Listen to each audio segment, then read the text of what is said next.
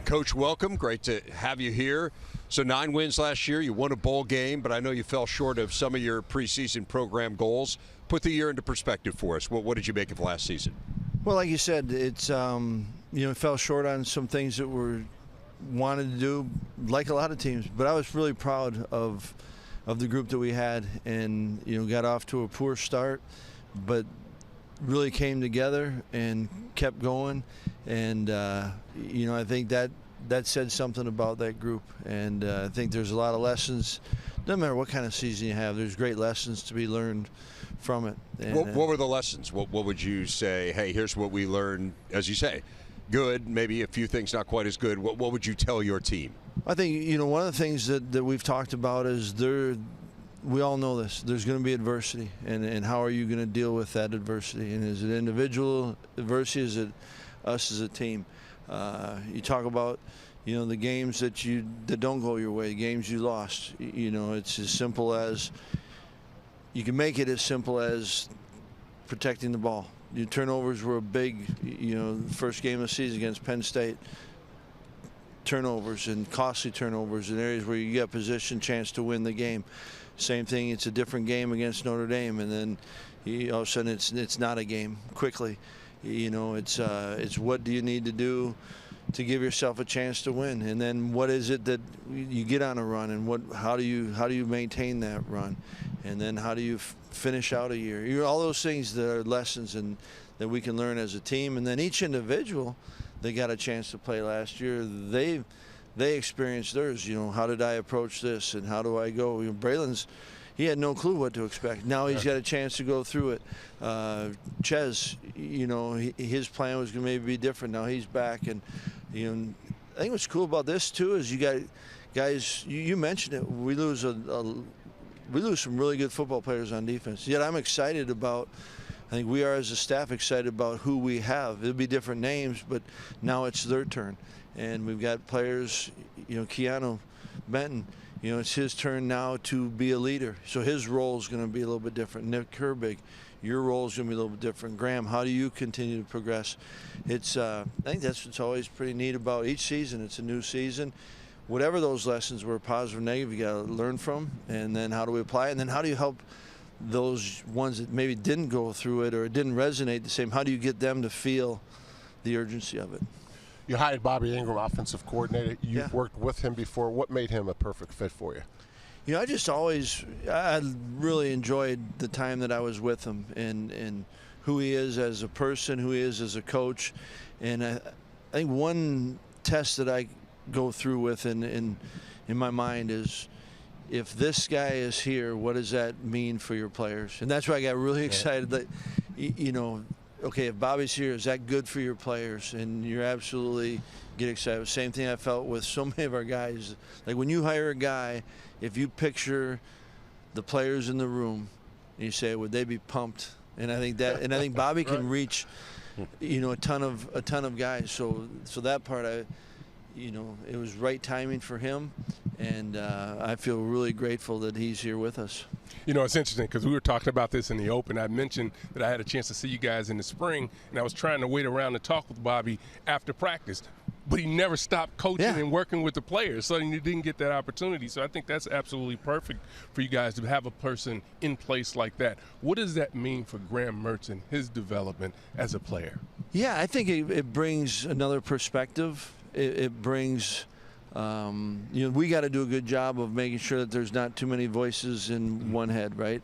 But I think that it's clearly communicated, and I think for Graham it gives a whole nother perspective. I think it gives a perspective to our whole offense, and I think the combination of Bobby coming back and then moving Bob Bostad over, it's definitely different.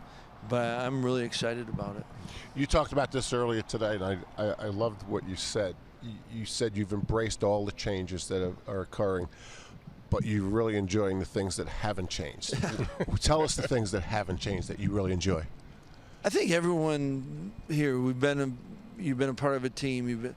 The best part of our job, you shouldn't almost call it a job, right? But being around the people that you'd be around every day. You know, I feel really fortunate to be in the offices with the coaches and the staff I get, and then love being around our players. And there's a lot of things around us that we've gone through and that are different, but that part isn't different. Right. And they still want to be coached. I think they still want to be coached. They want to know you care about them, and then they want to be pushed. How can you help me be the best I can be? And they still want to come together as a team, and they still know that, you know, this is a group that loves football. That hadn't changed, and it didn't change when you were playing. It didn't change when you were going and coaching. You've seen it, and so we can spend a lot of.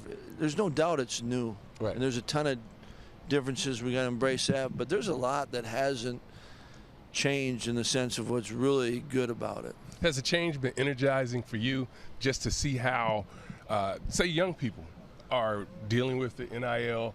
And it's just new world. Does that inspire you, or does that energize you? Both. It worry inspires you and scares the hell out of you, because you're, oh boy, we got to spend some more time. It's what are my biggest, all four. Let's take NIL. All four. If we got guys that can take advantage of and make a little something off of their name, image, and likeness, whatever that number is. And my only fear is you didn't want it to become, to lose sight of, you know, talk about keep the main thing the main thing. You know, why are you doing this? And one thing that I think as coaches we're always concerned about is time management for our players. You know, as you go in, I remember what's the first thing that most every young guy, I had to struggle with time management. And so now when you get used to that, they feel pretty good. Like that's the only, I'm learning how to figure this out. Now we're adding something to it. And then I'm always worried about, I'm always nervous about someone that we don't know coming in and preying on us too strong, but trying to take advantage of a situation they're in. Those, so you're like a parent, you're a little protective on some things. Then there's others that you get a kick out of. In any locker room, there's some good banner, you know. And I think there is, to your point, there's a lot of, as things go, and even all what we've gone through in the last 4 or 5 years, whether it's all the off-field issue, whatever it may be, it's awesome being around and hearing, and I feel like I get a straight scoop from our guys, but their perspective on things, and that's a neat place to be in when you see it from a different lens. Coach, you had, I don't want to say a scare, but there was a little uncertainty in the offseason about whether or not Jim Leonhard would stay as your defensive coordinator. Very publicly, the Green Bay Packers were interested in him. He did stay. What has made him, arguably, in a short period of time, the best defensive coordinator in the country, certainly on a very short list? Yeah, I don't agree with that. And I think what he and our staff has done, he does a great job incorporating the whole staff, defensive staff. But I think what he does a great job of is he knows what good football is, but he keeps the perspective of how do I help the player play it, and not just, I think a lot of coaches can sometimes, this is what I know, and it doesn't matter what you know, it's how do your players grasp it. So he does a great job of teaching it and what matters to playing the game. And I think, again, he and the rest of our defense staff have done a great job of then coaching our players to it. He's obviously really smart and understands the game and has a ton of different ways that you do it. But I've never felt like that's what's driving him. If our players can handle it, then yeah, we can go to something like this. But I think he just does a great job of teaching the game and to our players so they can play the game, because in the end, that's who's making the plays, and he's obviously, he and our staff do a great job of helping them do it. But to me, it's not about him. You know, he doesn't take that approach. He enjoys, and I think our whole team enjoys seeing those guys take ownership and play. What part of your new role offensively, when Bobby takes over, what will you miss about what you've done in the past years?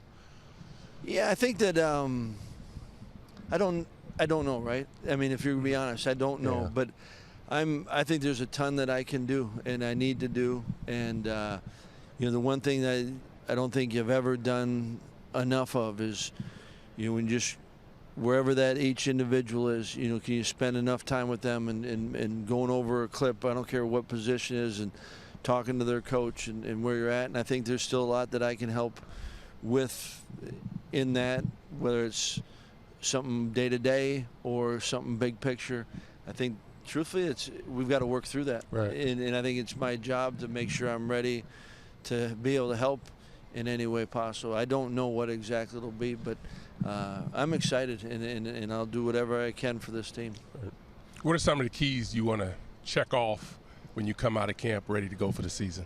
I think the biggest, and I get excited about thinking about this, but I think for us in camp, I think we've got more position groups. I like the group, but I couldn't tell you exactly what the final depth, or I think there's be some competition. Mm-hmm. I like a lot of what we got going on in our offensive line, but I couldn't tell you today who those starting five will necessarily be. And yet I think I feel good about the pool that we'll be competing for.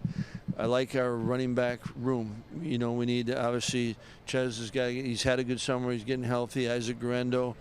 I like that room. How is it going to play out? I don't know yet. I really like Chimere Dike.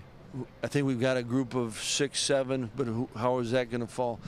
Like I was talking about earlier, defensively, you feel great when you got Keeanu back, and you feel great, up front we've got, so we lose Matt Henderson, who's a good player for us, but I also kind of like the young guys are coming up. So I think there's inside backers. We lost a lot of production. Those are two really good linebackers. But I like who we have. And so I think, to me, the most overall I'm looking forward to is having, and if you say what would make it a great camp, if we have true, healthy competition at the spots, and then to where you can find the best guys. And, that would be the best camp for us. We are looking forward to being there a couple weeks from now and getting a little bit of insight. It's always great hospitality. We appreciate it. Coach Paul Chryst, a pleasure as always. Thanks so much, Coach. Thanks so much, guys. Appreciate it. Ji'Ayir Brown is with us, along with quarterback Sean Clifford, defensive lineman P.J. Mustipher. Guys, welcome. Ji'Ayir, what goes through your mind when you see that? I got to ask you. You were smiling. It's an amazing feeling, just to see all the hard work, I put in over the offseason pay off. I almost cried looking at that. Really? Seriously? Yes, you get emotional? Yeah, I'm an emotional guy sometimes. I get emotional when, you've been through a lot in life, and you finally see the success paying off the way you wanted it to. It can be a little bit emotional, You have been through a lot. Maybe not a lot of people know your story, so it's a good place to start. You had one offer coming out of high school, right? Montclair State? Yes. How tempting was it to just sign with Montclair State, right? And now take people through that road that you went through to get to where you are. So, out of high school, like you say, I had one offer, Montclair State. And, I went there. I took my visit and everything. I talked to the coaches, and it didn't feel right for me. It didn't feel right. I knew I can play on a big stage. I just needed to find a way to get there. And honestly, I had no clue at all. Coming from where I come from, I didn't have, too many guys I can look up to, that'll guide me and help me and lead me in the right way. So it was pretty tough. I just, let God, take over, and I just was going day by day, just not with no plan, no direction. And played in a North versus South Jersey All-Star game in New Jersey. Phil Simms runs that game back in 2017, 2018. Played there, won defensive MVP. And one of the guys who was on my team was a recruit for Lackawanna College. And, Lackawanna tuned into the game, just watching their guys. And I just helped him to, ball out that game. I think I had 2 interceptions, like 10 tackles. I just had a real good game, and, they reached out to me like, where are you going to school at?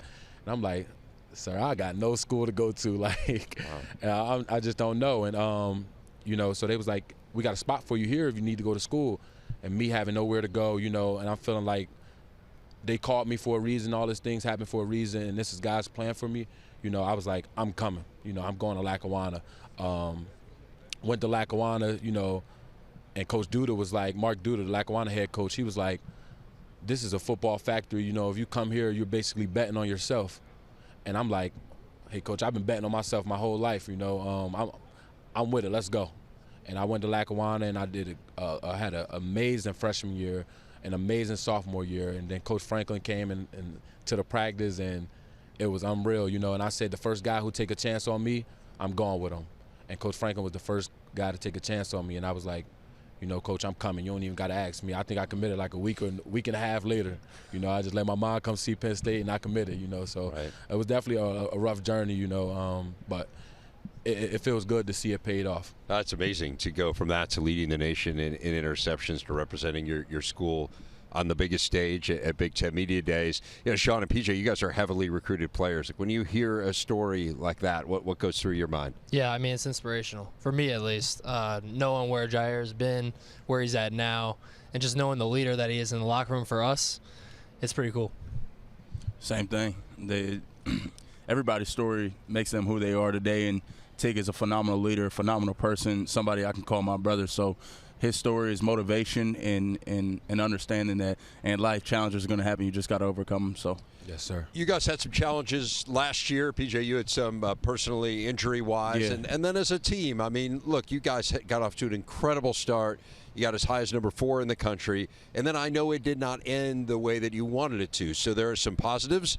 There's some things that weren't as positive. How do you put it into perspective and use it to move forward, Sean? Yeah, I think that you got to take everything with a grain of salt, right? You just got to look at what we did last year, the positives, negatives, build on those positives, develop those negatives, and just get better, because that's what it's all about. It's about, you know, the team coming together in the winter, spring, summer to be able to accomplish the goals that we want to do this year. So, PJ, how do you guys get better? What do you need to do this year? Step number 1, I just want to let you know I passed the conditioning test, so that's the first and foremost. Passed the conditioning test, yeah. I just wanted to put that out there for everybody. Congratulations. Yeah, that's good. Appreciate that's you, good. boss. It had to happen.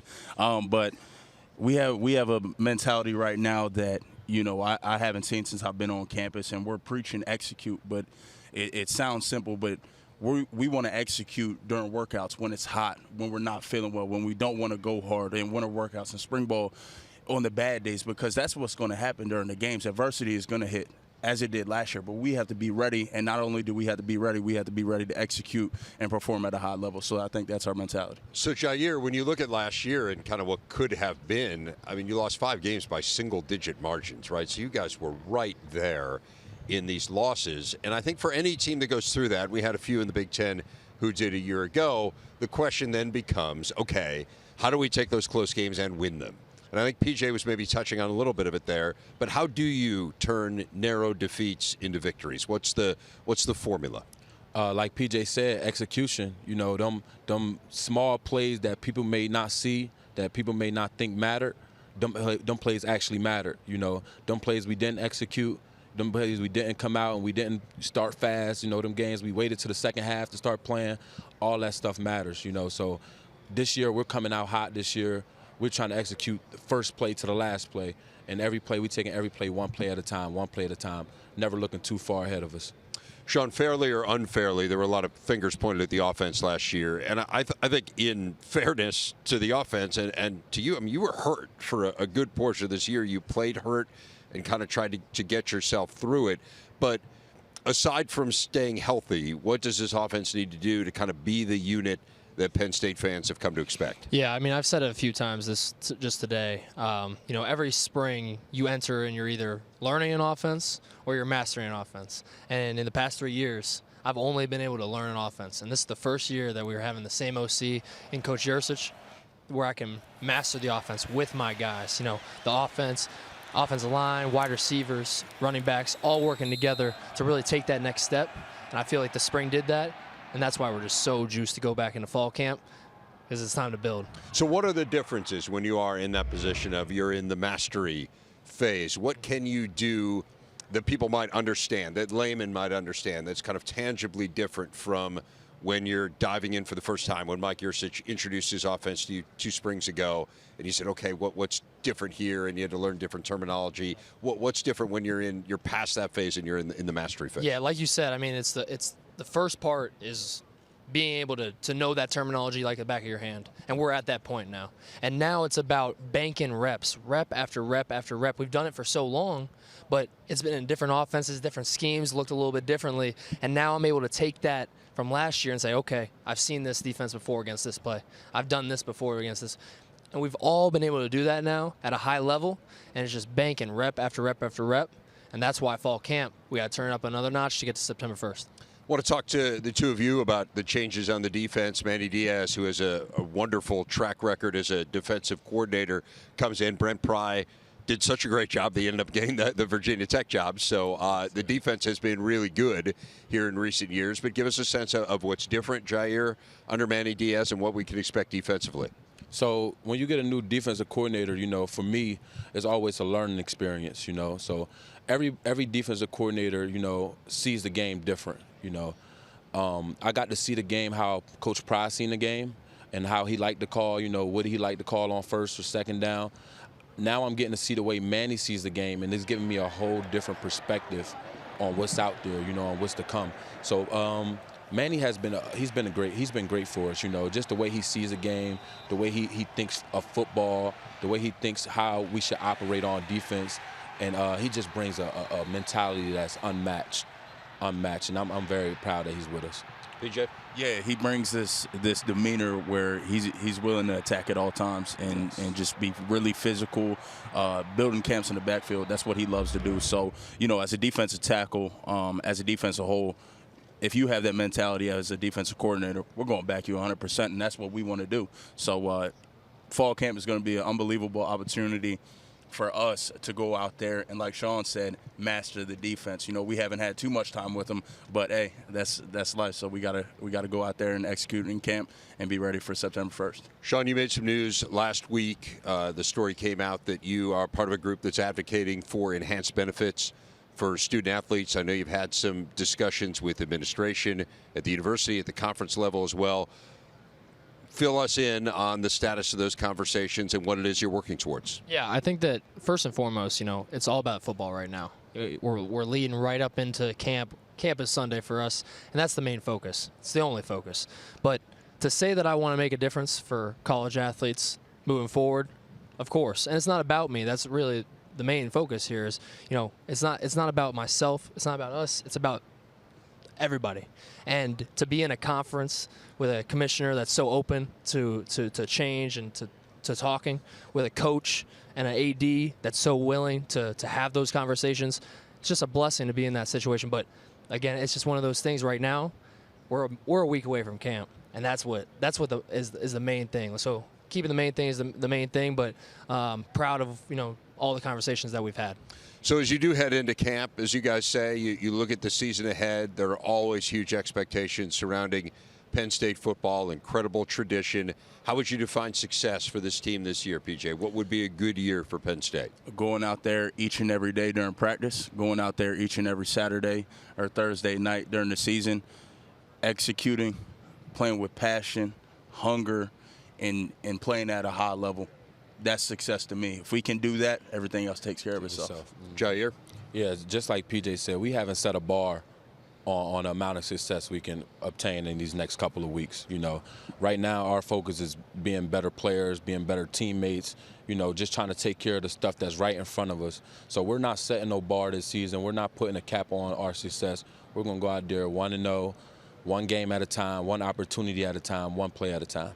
Sean, I'll give you the last word on this. Yeah, it's all about execute, but to add to these guys, it's about having fun too. You know, I've had a blast this winter, this spring, and this summer with this group and the whole team back home, and it's time to have some fun in fall camp. Well, it's been a blast visiting with the three of you, guys. Continued success to all three of you, and congratulations on being here and representing Penn State. Thank you very much, sir. Thanks a lot, fellas. Pleased to have Bret Bielema with us here. And, Coach, 4 conference wins last year. You beat 2 ranked teams. First time that had happened for Illinois in a couple decades. Put last season into perspective for us. You know, everybody at this event, right, wants you to define success on the season. And I've always said, literally from the first year as a coach to where we are now, if you're better at the end of the year than to start the year, you're making progress. And, you know, we started off with a win against Nebraska week 0. We have another week 0 game this year with Wyoming. And our last regular season game, hopefully we'll get postseason play this year, was against Northwestern a year ago and is against this year as well. My hope is that we make as much gains this year as we did last year. I like our team. I like our roster. I love our staff. There's a really good vibe in the Smith Center right now, and hopefully going in the right direction. How would you compare the league you left behind a decade or so ago to the one you re-entered last year? How did it compare in your first run through? You know, Dave, I was, coming into lead, I was, played in this league. Assistant coach, I was a head coach. I think a couple things jumped out to me. Went to Purdue, right, and saw an environment there that I'd never seen in all my years of going to Purdue. Very, very a loud crowd, live crowd, really tough environment. We went on the road to Penn State, and it just seemed like it was louder and more engaged, especially 9 overtimes. It really got loud. But I think just overall in the conference, I have unbelievable respect for Fitz. One of the things that jumped out to me, they lost to Northwestern 6 times, right? And I could just tell the demeanor that I'm like, you got to respect what they've done, right? And I put up a stat the last 5 years in conference play, Nebraska, or Northwestern, or Wisconsin had won the West. To get to where we want to go, we have to beat these people, and the first thing we had to do is respect them, and I think they did. That's why that end of the year to finish the way they did made a big statement. Coach, you made the change on the offensive side. How have the kids adapted to it, and do you have the system in completely where they're going to be able to go to training camp and really just be able to refine what they need? Howard, as you know, when I took this job, I told Josh there's probably never been a better time, in my opinion, for a new coach to come in. With the COVID rules, the way they laid out, it allowed me to do my job, I think, on the front end very, very well. The flip side of that, never in college football have we been able to be on the field during the summer with a football. And Josh, you know what I'm talking about, right? And so we were able to have, as coaches, around our players during the summer for a couple hours every week, and I think that really has helped exactly what you're saying. I think the X's and O's are there. It's really the communication during a tempo system. But I think Barry's got our players excited. I think, as you probably talked to our guys here today, they're excited on the offensive side about the scheme and the way we're playing. I know one of the things that you wanted to do when you came in was to revamp recruiting, and now you have the opportunity not only to develop through high school, but you can go into the portal to get some guys as well. What has been your overarching philosophy when it comes to recruiting? Yeah, well, first, when I came in, I'm from the state, right? I played Illinois high school football, and I know for Illinois to be Illinois at its best, they need to recruit the state of Illinois. So we signed 22 high school kids, and 11 of them are from the state of Illinois. Howard's son still gave me a stiff arm, but other than that, we did pretty well in state. But I think we're beginning to make the inroads in the programs that are going to always have good players. And then we really reached, people joke us, we really recruit Jersey, Florida, and the Midwest, and that's really about it. We haven't really dabbled much outside of that. How about the leadership of the team? How have you seen that develop? I think that overall the leadership has been a step in the right direction. Not that it was bad last year, but I think they understand what the message means now, right? You can regurgitate. We talk all the time about tough, smart, dependable, but I think they know what that means now. Wide receivers can be tough just as much as O-linemen, right? A corner can be just as tough as a D tackle, and I think they conceptually know that now a little bit better, and that's what's got me excited. And one of the things you set up at the podium is that you had some strapped-up young guys who were wearing sneakers with no ties with their suits, and that's indicative of the changing landscape of college football right now. As you start to look at that landscape, how do you evaluate it? Well, I think it's awesome. I think as a 52-year-old coach, compared to when I was in mid-30s and I got my first job, I remember going in, I had a hat rule forever, right? I couldn't wear a hat in a team meeting room. I go to the New England Patriots. We won the Super Bowl, and the first team meeting, Belichick had a hat on, right? The whole room had hats on. I'm like, okay, that really doesn't factor into winning. I remember my first coaches had an earring rule, right? It's just the evolution. I say those guys all look great, right? I can't pull off the look they did, and it's they feel confident. They look great. I think the fun part about being a coach now is the movies I grew up and I used to quote, they have no idea what they are, but you can kind of relate in a way that, hey, college football has never had a more exciting time. What they do on the field now will actually help them off the field, and to have some fun with that. And I think it's just a great way that college football is trending. How about the quarterback position? I'm excited. I think that, to be quite honest, last year, if you think about it, Brandon Peters came to Illinois as a transfer, right? And then I added Art Sitkowski. And as you guys know, that opening game, we named Brandon the starter, but he was out after the first quarter. And then Art stepped into that role and helped us win that game. Kind of the same thing now. Art's the returning starter, right, or the guy that's got the most playing experience, but Tommy DeVito came in from Syracuse. He's got a live arm. I think he's really fit well into our system. We got a young freshman, Donovan Leary. You might know his brother is at NC State, one of the best quarterbacks in the country. And, of course, his little brother thinks he's better than his older brother. We'll see if that plays out. But I just love the room and the competition. And I think our offensive guys, wide receivers, I'll come over on Saturday morning at 6:30, or I'll come back Saturday night at 6:30, and we'll have guys out throwing on our grass field that I just never have seen that happen before. So I think our guys are all in. You're playing in week 0 again this year. I know that's something that you lobbied for. You actually enjoy it. When a lot of coaches would run from that opportunity, what do you like most about playing in week 0? It's a coaching cliche that probably most people think it's made up, but I really believe I've seen teams gain more from 1 to 2 in the year than any other jump in a week, right, and in the schedule. So I knew at the time we did it, it was actually opening at Wisconsin. The conference came in and revamped it. We're going to Indiana out of the gate, but I really wanted to have a home game. I knew I was going to have, as Dave pointed out, we have the least returning production. So I wanted to have a game at home, and that's what lobbied it. But it does give us 2 bye weeks. So we've done very well on bye weeks, and to do a week 0 game, it does give us those double bye weeks. I want to talk about the improvement in your defense last year. You and I were talking about it earlier today, right before you went on the podium. I mean, that was the thing that stood out to me the most, because it was the area where, frankly, I think Illinois had struggled the most prior to when you showed up. To go from 97th to 29th in the nation in terms of defense in 1 year. Give us a sense of what makes Ryan Walters so special and how he was able to turn it around as quickly as he did. Without a doubt, the thing that Ryan has is complete confidence. Like, he's a very confident person. He's small in stature.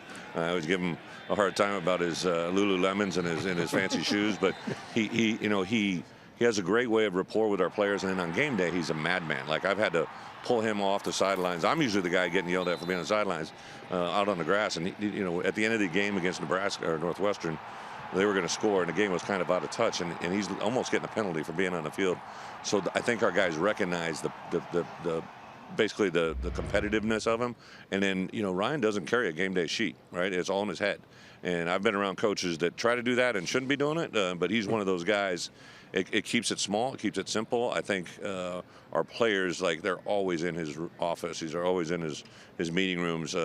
His ability to communicate to the youth of our team is awesome. Isaiah Williams, he's here with you.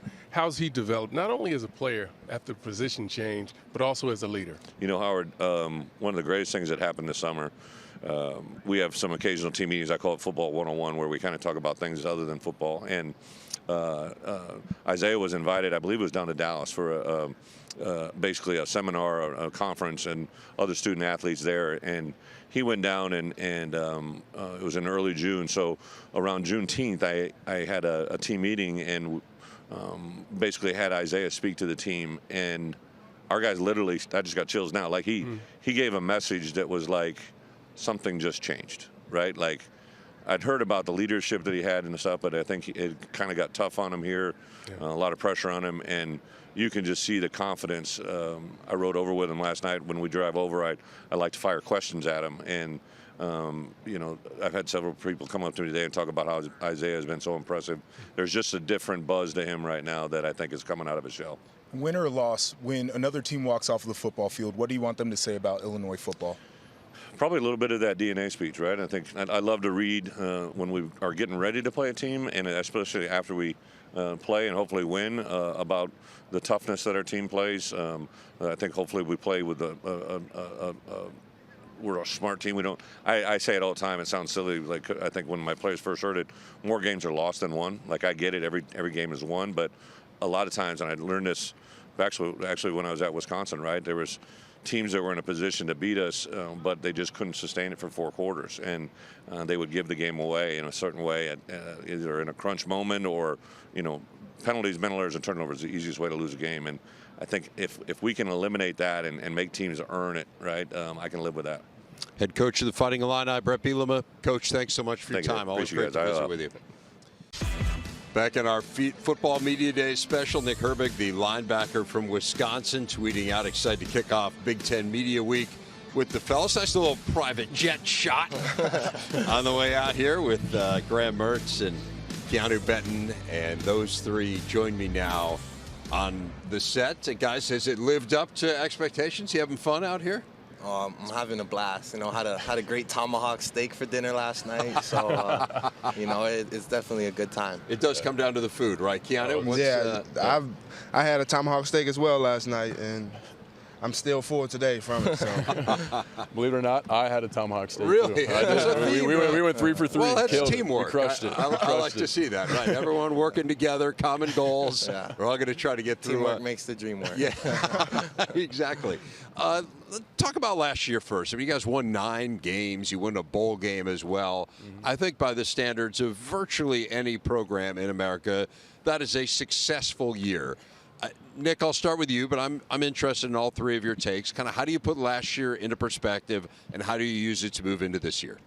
I think there's definitely some shortcomings. I don't think anybody in the locker room or the coach's office are satisfied. I'm definitely not. It left a sour taste in my mouth because we know what we're capable of. Wisconsin football, we're hard-nosed, smash-mouth guys, and we're definitely better than 9 football wins. So that's how I feel. Keeanu? Yeah, I would say the same thing. I wasn't satisfied, and it kind of gives you that edge going into this season, knowing that you're not invincible, knowing that games you should have won, sometimes you lost, but that's football. And I feel like we use that as an edge, like training in winter and training in the summer, so we can have a great season. Well, let's fast forward to this season. I think maybe the most significant change, at least from the perspective of the outsiders, is a new offensive coordinator in Bobby Ingram. So, Graham, you're working with him on a day-to-day basis. Give us some insight into Coach Ingram and what this offense might look like. Yeah, I mean, Coach, he's awesome. First off, he's a great guy. I had a relationship with him before just because of Dean, his son's on the team. But he just brings a fresh mindset and a new mindset. And he has the holistic approach to it, too. So, I mean, we do a great job working together, and it's been fantastic. What's different in terms when you say like a fresh mindset? So what has he, with his new set of eyes, what has he maybe shined? What light has he shined on this offense has made you look at it differently? Yeah, I think the biggest thing is that we just want to attack the whole field and hitting the run game, short game, quick game, and then obviously taking shots down the field. And for us, we want to be a complete offense. We want to attack the entire field and give defenses true problems. Well, the defense that's gone against it to this point would be your own. So maybe these guys can give us some insight. Keeanu, what's the challenge of going up against this new Wisconsin offense? I feel like it's definitely different. You feel different blocks. They come differently. Not everything's the same. Like last year, we were a heavy run team. This year, in spring at least, I felt a good combination of both. And I think it's going to be great for our offense because it did cause havoc for our defensive players at times. And we've seen it the whole spring. So it's only going to be worse for guys who hasn't seen it yet and got to go against them. Nick, give us a sense from a linebacker spot of what you saw. I mean, being honest,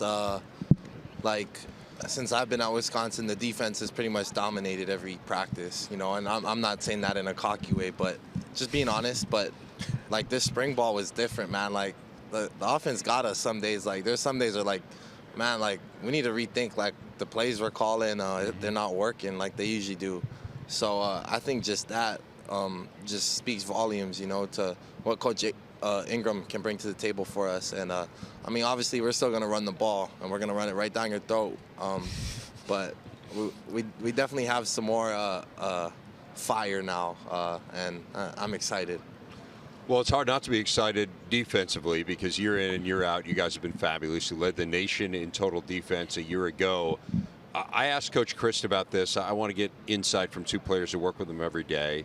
What makes Jim Leonhard so good at his job, Keeanu? I mean, why? The names and faces change, and that's not to minimize the impact of those players, right? Because you've had great players come through. But the continuity speaks to, hey, there's something going on at the front of that defensive room, and the guy who's at the front is Jim Leonhard. So what makes him so good? First and foremost, he's a great person. Coming here, meeting him, my family loved him. I liked him. And just knowing that his defensive mindset is impeccable. He's so smart. And he kind of breaks it down for us and makes it a little easier to understand, but there's so much that goes into it. And he kind of dumbed it down for us to make us understand it and go execute it. So I feel like he's a great defensive coordinator, and there's really nobody like him. So the challenge now is 8 new defensive starters. I mean, you have a lot of new faces. You guys are kind of the mainstays, but there aren't that many of you. And so what's the challenge as you try to reload here, Nick, and keep that tradition going of Wisconsin being elite defensively? I think it all starts with, kind of our motto, smart, tough, dependable. If you're going to play defense at Wisconsin, you got to be smart, you got to be tough, and you got to be dependable. And I think Coach Leonard does a great job of, reiterating that to the whole defense. Whenever we have defensive meetings, that's all we talk about is, I want guys out there who I can trust, that are smart, and they're going to hit you in the mouth and get back up and do it again, So I just think Coach Leonard does a great job of putting guys in positions to make plays, like me and Keeanu, for example. We play assignment football, and he's going to make a call that, this is Keanu's play right here. Like, he's going to make this play. And the crazy thing is he knows it before it happens, too. So, the guy's smart. He's a genius. You see it in practice, too. How so? How does it manifest itself? He'll throw the kitchen sink at you in practice. I see it, too. The way he calls just the defense and the detail that they take in every day of practice is just, it's intense and it's sweet. Graham, you've been under a lot of scrutiny in your career. That's part and parcel of being a quarterback, right? It is the position where you are most in the spotlight, really, of any position in sport, I would argue. And you came with a ton of hype surrounding you, as everyone knows, the highest-rated recruit at quarterback in Wisconsin history. You've had some great ups. You've had some challenges as well. Where are you mentally, kind of as you start down this path of this season? I'm in a great spot, and I'm ready to rock. It's a blast when you get to go to work every day with these guys. And for me personally, the old saying, you grow through what you go through. And if you don't learn from that stuff, then you're gonna get buried in the dust. But I know personally that I've learned from all that stuff, good, bad, ugly, and just thankful to be here today. What have you learned? I've learned all about how I process information, how I work, and obviously you got to be honest with yourself. Like, where do I fall short, and how do I get better? And for me personally, it's just that self-communication and being completely honest with yourself and truly growing. That's what it is.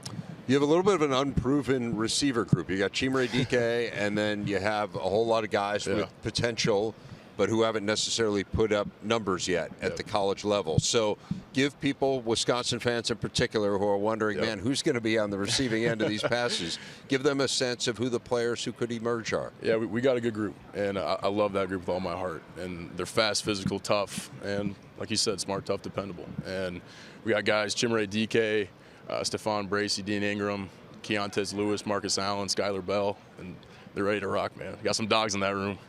Okay. Oh, yeah. Does it give you a little extra confidence to be able to turn around and hand it to Braylon? Oh, 100%. That entire room, too. We got some boys that are ready to go.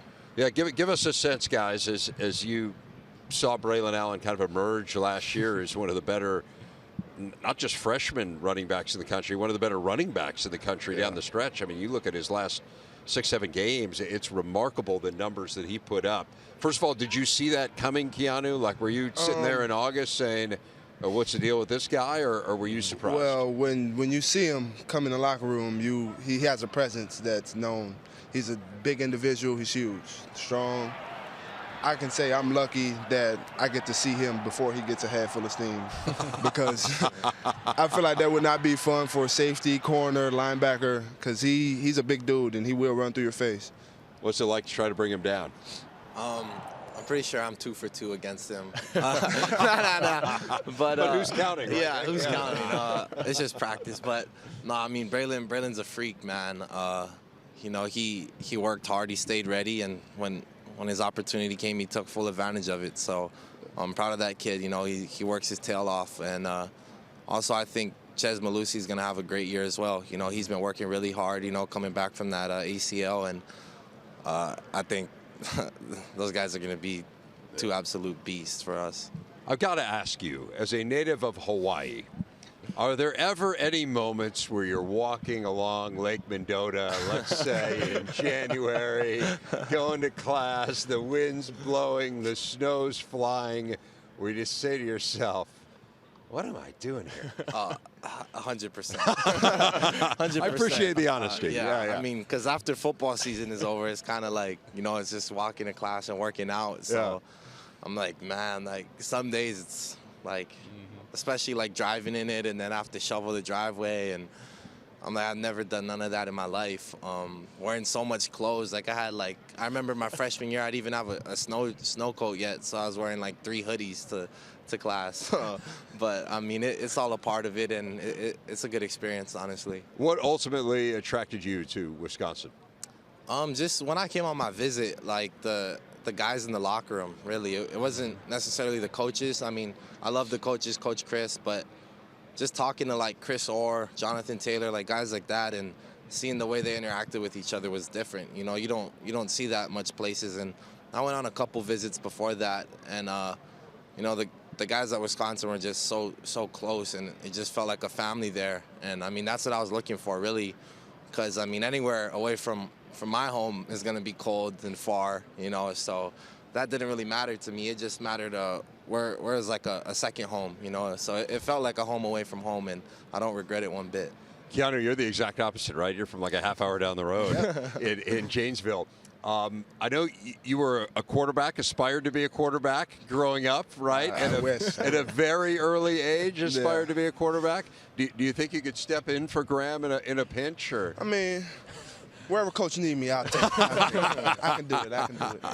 It's funny to watch when we're at practice, right? You always see the linemen throwing passes around, right? Like before practice starts. How do you rate yourself against the other linemen? I got a cannon, and I'm pretty accurate. I can do. I should be a quarterback. Mobile? No, mobile. I'm more of a pocket passer. I might not get out too fast, but try to pass in the pocket, bounce off a few tackles. That's all I got. I mean, let's be honest. There's pretty good pockets at Wisconsin, right? Give us a sense for this offensive line. I mean, my feeling, you look at them across the board. It was interesting. Paul Chryst was saying to us, hey, I don't exactly know how it's going to go, you know, from left tackle to right tackle, what the 5 is going to be. But I can tell you this group's really good. I mean, this feels like it's a place that's had elite offensive lines, but it feels like this could be one of the better groups. For sure. We got a bunch of guys in that room that can go. And, they're big, strong, can move fantastic, which is shocking. You don't really see a lot of 320, 330-pound guys that can bend and run. And they do a fantastic job. Coach Bost has been getting them right. And they just grind, and they're going to be ready. All right. Well, it seems like all the Badgers are going to be ready. Looking forward to seeing you guys go through practice here in a couple weeks, and really enjoyed visiting with all 3 of you. You too. Right back at you. All right. Thanks a lot, fellas. Michigan State Spartans won 11 games last year. That included a win in a major bowl game. They bring back a ton of their production, 3rd highest percentage in the Big Ten. We're active in the portal again, bringing in 10 players. There is a lot of momentum around Mel Tucker's program, and the coach joins us now. Coach, welcome. Again, 11 wins last year. You win a New Year's Six bowl game. In a year where a lot of people, frankly, picked you to be among the worst teams in your division, you turned out to be one of the best teams, not just in your division, but in all of college football. How do you build on it now? What's the next step for Michigan State? Yeah, I think it's an understanding that 11-2 was a step in the right direction for us. You know, we're still very hungry. We still have a tremendous sense of urgency, and you know, we have a chip on our shoulder. You know, no one cares what we did last year. Certainly we don't. If we can maintain that mindset and know that we haven't arrived and there's still much more to do, then we can reach our full potential. How challenging is that as a coach to convey that message? How do you do that? Yeah, well, I mean, we tell them. You tell them that. Say, listen, it was a step in the right direction, but that's not our goal. That was not our goal a year ago. The goal is to win every game on our schedule, to finish first and bring a championship to East Lansing. That's the goal. So we didn't do that. You know, and if anybody thinks that's not what we're all about, then they can't really be in our program. But everyone in our program has bought into the fact that we're not going to have self-imposed limitations. You know, we're not going to leave anything on the table, and it's a mentality of why not us.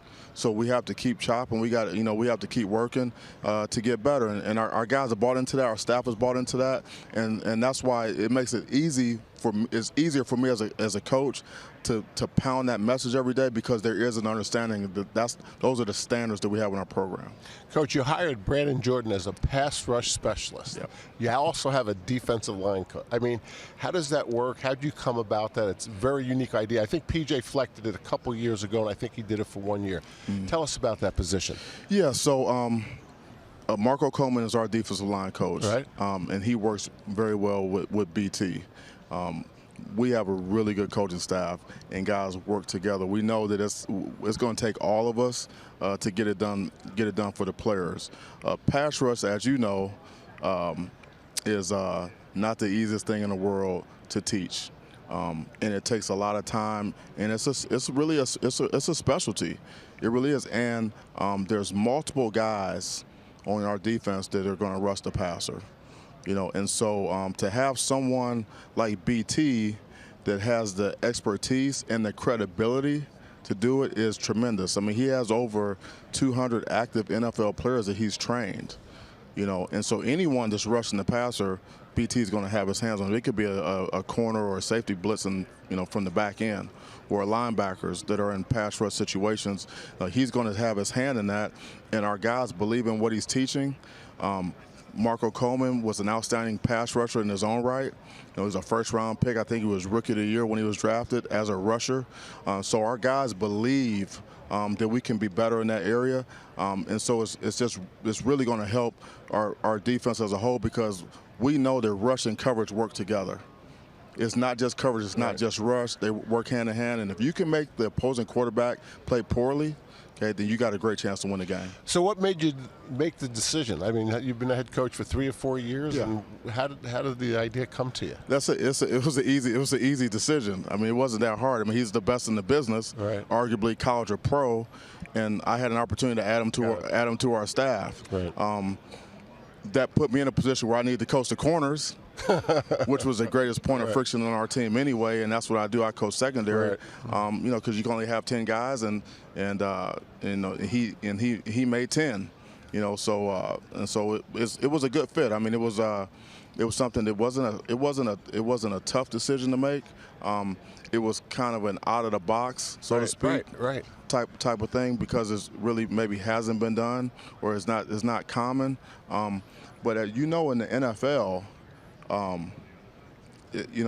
there's guys that have specialties, and they might not show up in the media guide, but there's guys on staffs that do certain things on coaching staffs in the NFL that the public, the people, the fans really don't know about, but they're there for a reason. Whether it's offense or defense, football is football. We're really built the same. I love it. When I was playing for the Colts, we had Robert Mathis here doing that pass rush specialty, and it really paid off in dividends. I want to stay on the defensive side because it was a really aggressive defense. I know that's how you want to play ball. It felt like it was boom or bust a lot of times. Created a lot of negative plays, but also gave up some explosives. How do you try to keep that consistency on defense to not give up so many explosives? Yeah, you have to have a better understanding. Everyone has to have a better understanding on the defense, like where they fit and where their help is. And we have to make sure we don't have mental errors. That's how you get explosive plays. When guys aren't where they're supposed to be, the ball is going to find that spot every single time. We have to become better tacklers. We were much better tackling unit in the spring. And then our secondary, we just gave up too many big plays. Explosives. That's tackling. That's leverage. It's technique and fundamentals, and it's understanding the scheme. What is this coverage meant to take away? What are we giving up? And then we have to execute, and we have to take pride in not letting the ball get thrown over our head. And so I felt like we were much better in the spring. We'll see how we go in fall camp. I've heard you explain the portal like free agency in the NFL with your NFL background. Have you made any tweaks to your portal thinking from year 1 to year 2, and how do you manage your numbers? Yeah, roster management is complicated, and it's a challenge. It's not just getting guys out of the portal, but there's guys going in the portal. And so you're not always sure exactly how many guys you can take. So you have to maintain the flexibility. We were not in the portal as much as we were early on. in this class. And I think that I don't think we'll ever be in the portal as much as we were. And when I first got there, it was just we needed to flip the roster. The deficit was just so much in terms of depth and talent. We really needed to go there. What we're doing now is we're making sure for certain that the fit is there, not just the talent, but the fit. We're not going to reach on high school players, and we're not going to reach for portal guys. They got to be the right fit. It takes more work. It takes more due diligence. We have to always ask the tough questions. But the one thing that's extremely challenging about the portal that's different than free agency is in the NFL, you pretty much know who's going to come up for free agency. You know who's going to be in there. Right. You don't know that in the portal. You know there's going to be guys. You know there's going to be talent, but you don't know who and you don't know exactly when. So we have to you have to be nimble. We have to be able to adjust. But we have to stick to our process and our plan and our evaluation in terms of what type of guys do we need on this football team. Coach, you're a very direct speaker. When you talk to your team, you make it clear exactly what you want. You got a high standard. We see you come out here, and you just show a lot of passion in how you coach. You've coached for a bunch of really good head coaches. Who's been the biggest influence in your career? I would say as a player, Barry Alvarez. I was in his first recruiting class at Wisconsin. We were 1-10 in 1990, and 4 years later, Rose Bowl. I was there. I saw him build that program. As a coach, obviously, Nick Saban. The 3 out of the first 4 years of my career, I was with Coach Saban. 97, 98 here at Michigan State, and then his first year at LSU.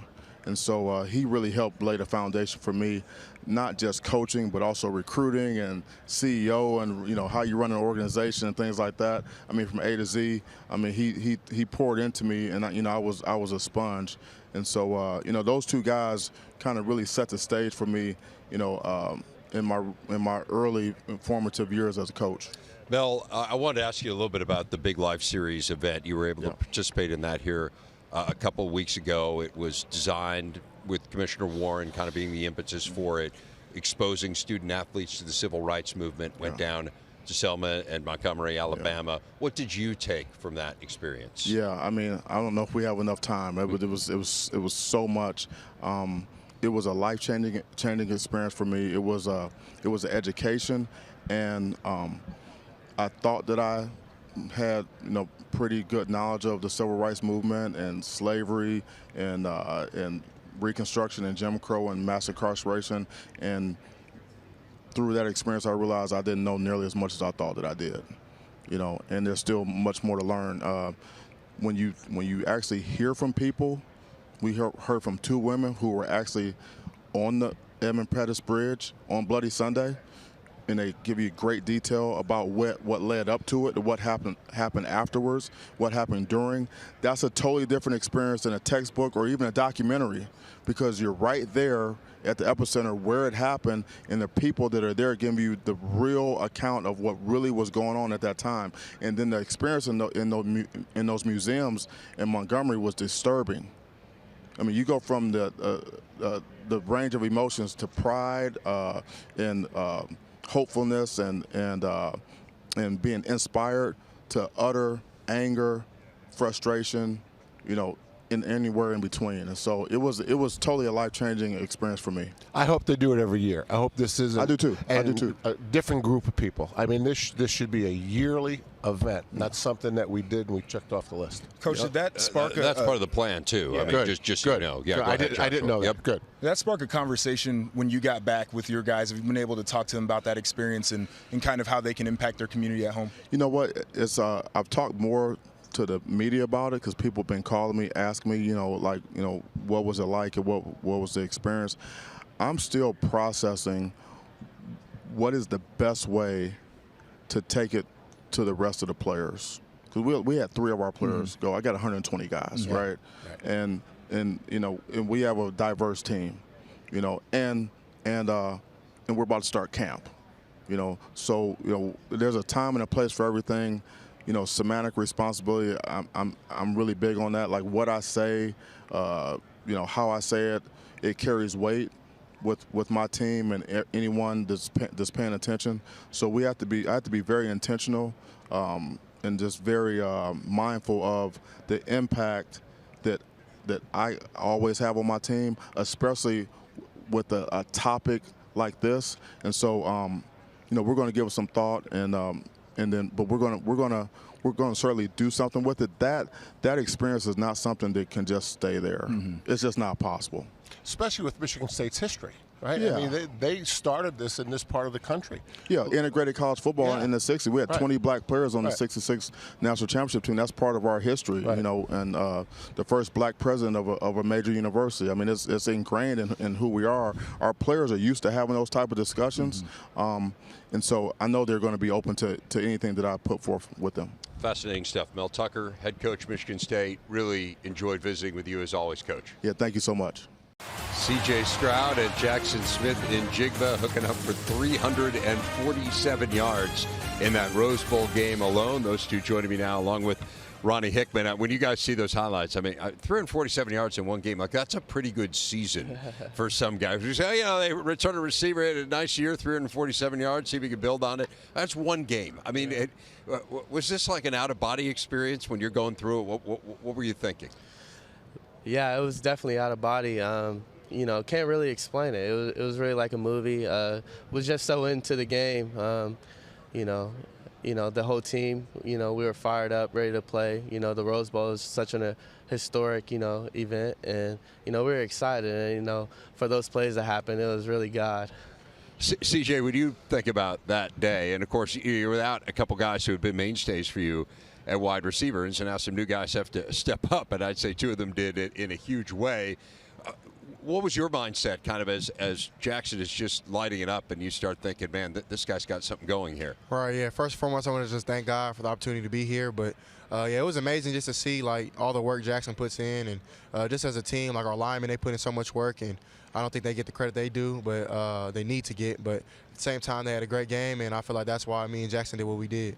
That game really is special. And I think for those of us who grew up around the Big Ten, there is an understanding of what the Rose Bowl has meant to this league. Did you sense that, Ronnie? I mean, look, when you're out there, and I know you guys didn't set out at the beginning of the year to play in the Rose Bowl. We can talk about that a little bit and what the goals are at Ohio State. They're different than a lot of other programs. But when you're there, like, what was your sense of what did playing in the Rose Bowl mean? It means a lot. Like myself and these guys and the rest of the guys in the locker room, we grew up watching great teams playing that Rose Bowl. Vividly remember, Penn State, Oklahoma going at it. And so for us to be able to play there, not only play there but win, that stuff you go home and you tell your kids about that stuff in the future. I'm just glad we were able to walk out with the win. That was an all-time great game. I mean, it was one of the most entertaining games I can recall watching. When you're in the midst of a game like that, and it's going back and forth, and do you have any sense of kind of, man, this is special, Ronnie? Like, this is different, or is it just kind of one play to the next, trying to win the game? No doubt. I remember sitting on the sideline with my teammate Lathan and watching Jaxon and CJ go crazy. I'm like, I think they about to break a record, and lo and behold, they did that. Yeah. So, we knew that was coming. We knew these two were special, and they just put it on display for the world to see. So put this season into perspective. I'll ask each of you, but Jaxon, I can start with you. 11 wins, again, Rose Bowl champions. Lots of special stuff happened, but you didn't play here in the Big Ten championship game. You didn't beat Michigan. You didn't get to play in the college football playoff. So how do you characterize the season? I mean, we fell short of our goals, and we weren't too happy with it. And we've been preparing all offseason to change that, and to have a different outcome. We want to go 15 weeks and be at SoFi with a ring on our finger, and that's our mindset. And we didn't get it done, and that's all the motivation we need. How much do you guys talk about what Jaxon's mentioning, kind of falling a little bit short of your goals, and how you can use it to propel this season forward? I think that's been the whole offseason, just constantly just reminding ourselves just to hold each other accountable. I definitely think that the leadership has definitely gotten better this season. Not saying that it wasn't there last year, but it's been night and day. I think definitely that the team has got a lot closer. The brotherhood is definitely growing and will continue to grow. And I just think that next year that we'll show everybody that what we're really about. You mentioned holding one another accountable. How do you do that, CJ, within this structure of a team? I always think that that's challenging, right? Because on one hand, you want to convey, hey, there's a sense of urgency here, and on the other hand, you want to stay closely knit together, right? And you don't want to start pointing fingers at one another. So what's the fine line there? All three of you guys are leaders. You wouldn't be if you weren't here. How do you handle that? I mean, for me, I think it's definitely about trust. I think everything, when you boil it down, being a leader is about trust and building the trust off the field and on. So that's definitely something that we've been doing. I've been taking teammates at home and doing things with them, just trying to build that bond, even on the defensive side of the ball. Because I think when that fourth down comes or the third and short, I think that we all remember that moment where we all care about each other and we just go out and there do it. And I definitely think that'll pay dividends for this year. Ronnie, I want to talk a little bit about the defense. It was not up to the standard that Ohio State typically sets last year. You have a new defensive coordinator in Jim Knowles. There's going to be a lot of scrutiny around that defense, as you well know. But give us a sense for him, what he brings, both as a coach and a person, and then schematically. I love Coach Knowles. I love what he's done to the defense so far. He wants us to play fast and physical. You know, one of the things he talks about a lot is us being able to play offense on defense, being able to dictate what they do just by how we align and stuff like that. You know, he wants us to use our athletic ability to our advantage. You know, he wants us to be able to just go out there and play. The more thinking, the slower you play, and the slower you play, the more bigger plays happen for the offense. You know, he wants us to be able to play fast and win. How do you put the defense's struggles last year behind you? Does having a new face and a new voice make that easier? It's all about how you respond when tough things happen. You know, we can't dwell on the past, but we can use it for motivation, and that's what we've been doing in the offseason. What have you guys seen from this new defense as you practice against them?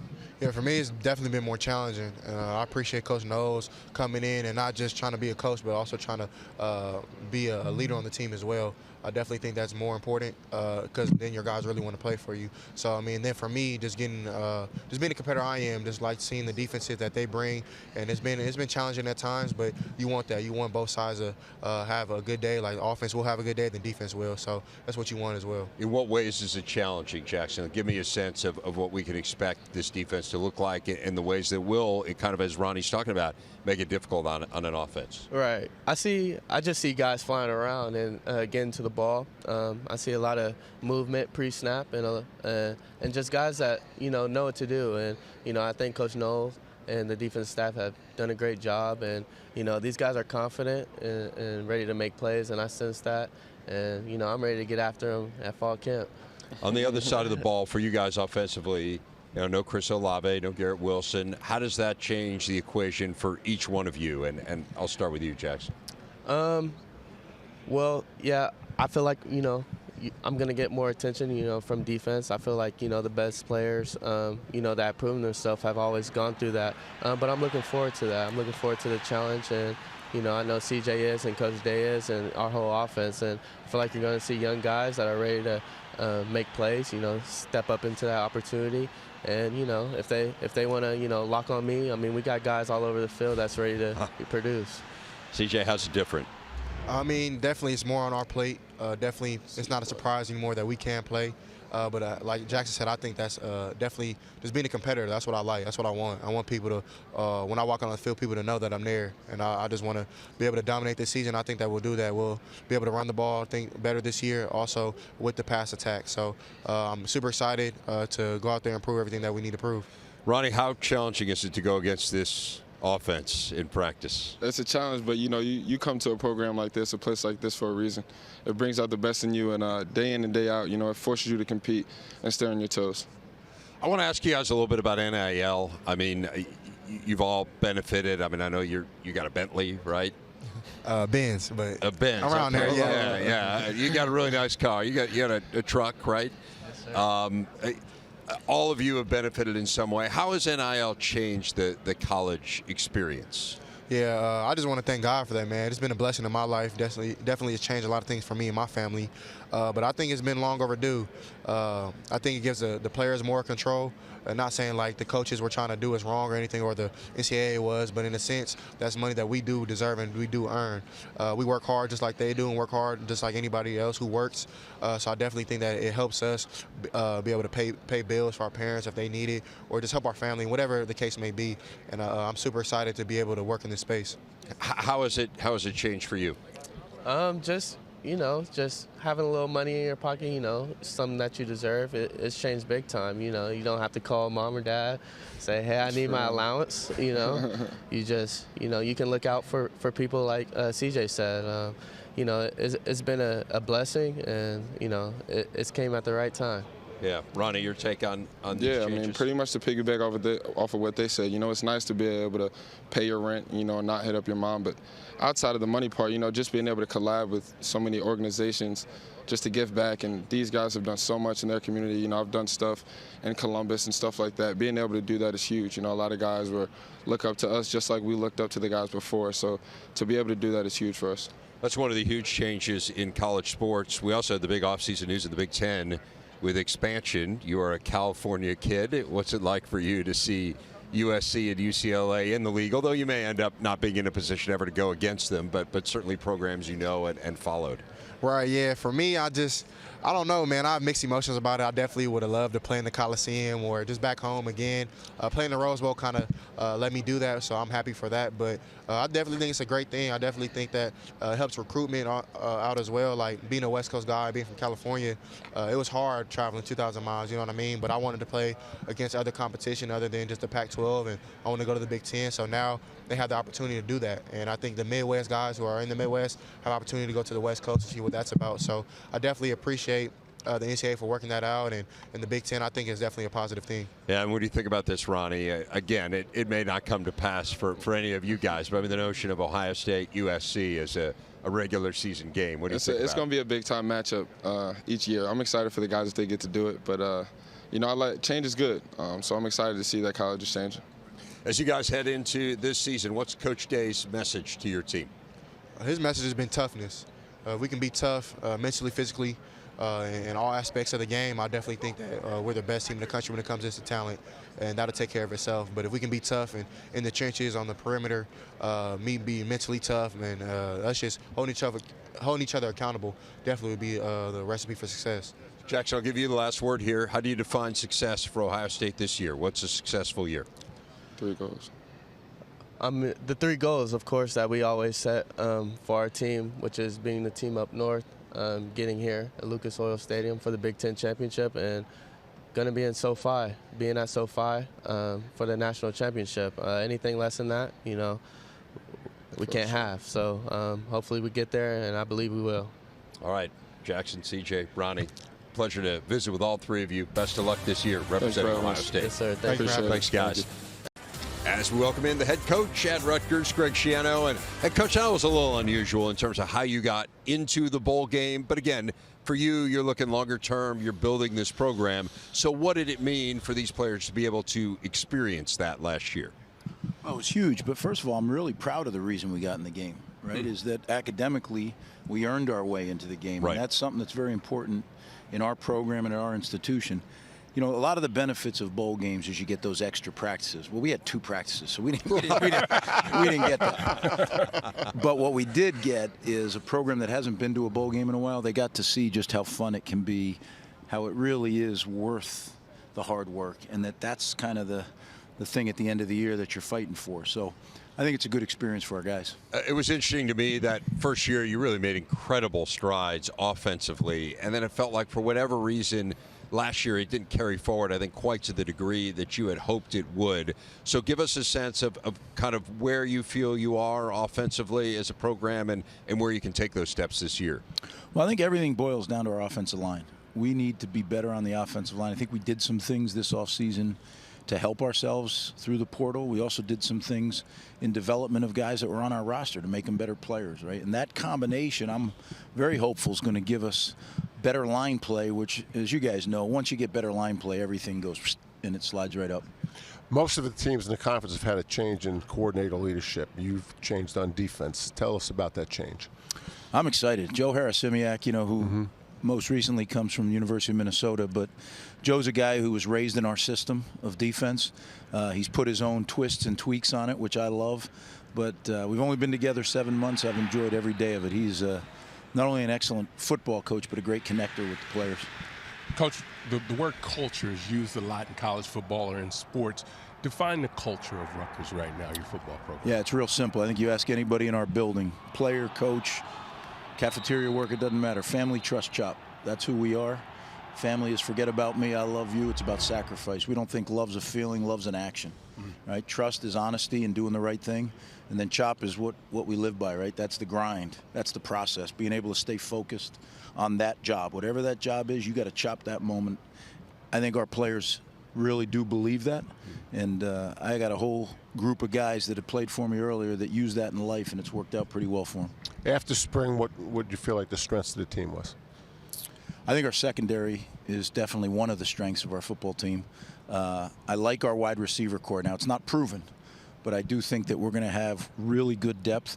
The thing that I'm excited about is we've been able to, over the last couple of years, build depth, and we're going to play a lot of guys. You know, a lot of times you see D-lines play a lot of guys, but everybody else, we're going to play a lot of guys at every position.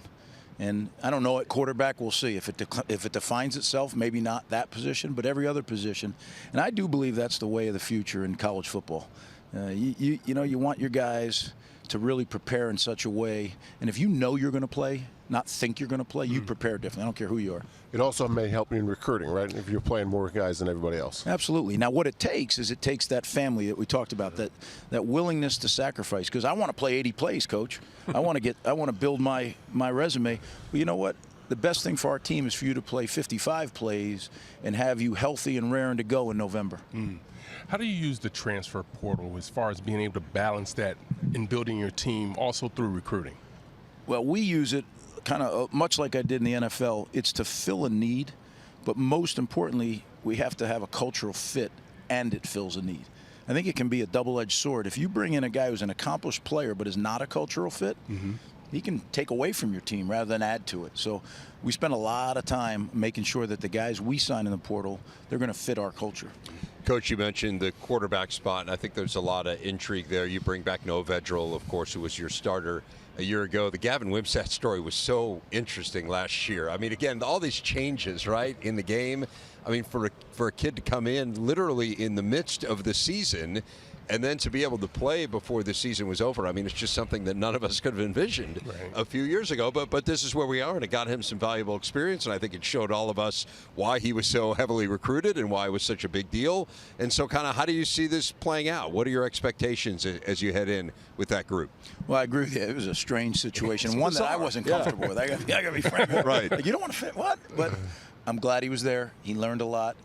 It's going to be three guys, really. Evan Simon is a guy who's kind of not talked about a lot, but he's a real good player too. And these guys, we're gonna have a competition. Noah's got a lot of starts under his belt, so that certainly is going to help him. We talked about Gavin, a really talented guy who I'm excited to see his growth and maturation. And Evan's kind of the sleeper back there, who's, you know, and we're going to give him chances as it defines. Then we're going to narrow it down. And if we have a guy by opening day, then we're rolling. If we don't, we'll play more than one. That doesn't freak me out at all. We got a million changes going on. That's the understatement of the year, Coach. Do you and the other coaches feel like there's something that should be done? I mean, I don't know that your voice is being heard, but what would the majority of coaches that you've talked to like to see done? Yeah, I don't know if you're ever going to get coaches. You know, you're going to get coaches to agree on something. Everybody's looking at it through their lens. Here's where I see it. I see that we have some changes that are huge changes, right? Transfer portal, NIL. In and of themselves, they'd be huge. When you put them all together, they're like seismic shifts in college football. And the leadership of college football has got to make some decisions fast. Because this thing, you know, this NIL thing got on us fast, right? With the lawsuit, now all of a sudden it's in play. But it is not organized. It is not. It is a Wild West out there, and it needs to get some structure. Would you be in favor, of course, your background, remember the Ivy League played 9 games, no scholarships, no spring practice. They did what the heck they want. Would you be in favor of letting conferences do what they want, even if your rules were different than the SEC's rules and different than the Pac-12 rules? Not if we're playing for the same trophy, I wouldn't. Yeah. I think we got to have some kind of unified, when it all shakes out, then we all got to be playing under the same rules. You know, I look at my time in the National Football League. They're not perfect, but there were some things there that I think everybody knew what the rules were. Right. And if you broke them, it didn't matter who you were. You were getting fined. You were getting suspended. You were whatever that was. That's really what's going to change this. You know, when a coach can't coach his team, think about when you were coaching. If somebody said, you can't coach your team this year, that'll put a stop to this nonsense. But it's going to take that level of Interesting. I've said enough. No, that's good. Yeah. Let's go talk special teams. Punter. Really excited about talking about a guy that really is able to change field position and how did that help your defense and some of the calls that are made defensively. Well, I've said it. You know, he's the best punter I've ever been around. 35 years of coaching. He's a master of his craft. He works really hard at it. And it does. I think punt, you know, I've always said this, and, you know, some people think it's boring, but punt to me is the only play where you start on offense and you end on defense and you know it before the play starts. And when you can do that and cover real estate the way he does, you have to work it into your game planning. And we do.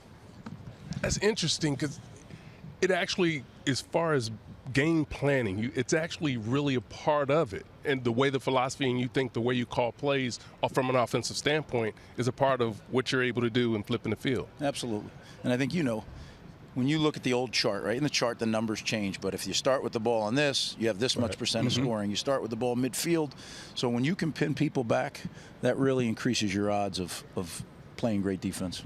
Well, see, what's new is what's old. That's the kangaroo kicker. He's even Australian, flipping the field like back in the 1890s. We do have a lot of changes, as we talked about, and the one that I think has been front and center in the Big Ten has been the expansion and the addition of USC and UCLA as the eastern outpost of the Big Ten. What does it mean to you in terms of kind of the way you're going to approach your job to have these two new schools? Does it change recruiting at all? Does it change your pitch, or is it just kind of, hey, we'll play who's on the schedule? Well, I think it makes a great league even greater. And that helps everybody in the league. So does it going to affect recruit? The country's so shrunk now with social media and all that stuff. But it made our league better. It made our league stronger. It put us right there, right? 1 and 2. We're fighting with the SEC. And that's the way it should be. That's the way it needs to be. Now you have from New York to L.A. You wake up in the morning, you're watching Big Ten. You go to bed at night, you're watching Big Ten. I love it. I think it's great. And some of us are watching all those games. And talking about them. Until early in the morning. Yeah. I think it's going to be great. I can't wait. If you want me to negotiate your deal, I can bump it up a little, Jerry. Don't worry. It's not a big 20. Yeah, it'll be beautiful. I mean, how many years ago was it Michigan State played Arizona State out there, and we got home about 3 in the morning? Yeah, we were complaining about that. What was it, overtime or something? That's just a regular game. It was a regular late game. That was the beauty. It was actually Wisconsin, Arizona State. Yeah, it did. It was crazy. Oh, that's crazy right. play. With the bad Pac-12 officials. Crazy. I mean, really, seriously. They couldn't spot the ball. You guys know this is a Rutgers segment. Let's leave it at this. Yeah, they couldn't spot the ball. That's what it was. Let's leave it at this. Where are you in your rebuild as opposed to kind of where you thought you would be? Look, any thought that I had went out the window when we had a worldwide pandemic, right? So how can I even say that? I really love our team. I thanked our team first thing up at the podium. I thanked our team and our coaches how hard they've worked. We have an unselfish team. What that's going to result in, they're too young for me to be able to predict that. We got a young, talented team. We're going to play a lot of guys. We got to coach them to play free, but we got to coach them. We can't have mistakes. That's what gets young players. Greg Schiano, always fun to catch up. Thanks a lot, Coach. Thank you, fellas. We are joined right now by the most interesting man in the world, along with Avery Young and Johnny Langan, who I think are both very interesting in their own right. All right, so I don't want it anyway. We'll be sure to get to that. But Adam, that's high praise certainly from your coach. What do you think when you see that? Yeah, it's very humbling. You know, he's the man, and he always has nice things to say about me, and it really is. I don't necessarily agree with it. You know, I think it's a big, massive. You know, overstride on what I think I am. I really am not that interesting. I just play golf and sort of do my thing. But yeah, no, very humbled. You did have maybe the most interesting bowl travel story in the world last year, and we were talking about with Coach Schiano that you guys found out obviously late in the game that you were able to participate in a bowl game when Texas A&M had to bow out, and because of your APR score, the team was able to fill that spot. You are Australian, as people may have heard from your accent. You're already back home. So take people through your travel to get from Australia back to that game. Yeah, it was hectic. So I get to LAX, and it's a layover. And I see on Twitter the rumors about potentially replacing A&M. And I sort of, my bags are already through. They're already in transition. They're probably on the plane. And I'm like, you know what? Like, it might not happen. So I just turned off the phone, get on the plane. 16 hours later, I arrive in Sydney. Turn on the phone, and the phone just starts blowing up. with messages of, did you leave yet? Are you going to come back? Did you see the news? And it was overwhelming. It was hectic. And I go, all right, well, I don't live in Sydney. I've still got one more flight to get to Melbourne. My bags are somewhere. Coach is calling me, and this is going to be a tough one. Finally get to Melbourne. All right, how long do we have? We had like 7 days, I believe, or 8 days. I'm like, all right, I have to get through quarantine. I have to test negative twice, book the flights, and hopefully meet the team in Jacksonville. Anyway, with the great team at Rutgers, the great organization, we're able to get it all done seamlessly, and I was there 4 days later and very excited to play, and I wasn't even jet lagged. Like, it's a long flight, it's a long trip home, and yeah, I felt great. That's an amazing story. More broadly for the team in general, guys, the fact that you did get to play in that bowl game last year, and we were talking to Coach Schiano a little bit, and he mentioned, hey, we're trying to build the program, and one of the things you want to show guys is what it's like to play in the postseason. So what did that mean? I'm interested from both of you guys. We'll start with you, Johnny, and get Avery's thoughts as well. What did it mean to get that opportunity? It was a great opportunity. Growing up, watching college football, I really was happy that we were able to make it to a bowl game. And the Gator Bowl, the people down there, they did such a great job. I really enjoyed my experience, and it was fun to play in that game. So how do you build off that, Avery? How do you make that something that's the norm at Rutgers? Well, it already is the new expectation in a way. I feel like it's something every kid dreamed of. Every person that playing college football dreams of playing in a bowl game. So we got that first one, kind of off our back, and now it's only up from here. One of the ways that you guys are looking to make progress this year is on the defensive side, where you play new defensive coordinator Joe Harris-Simiak.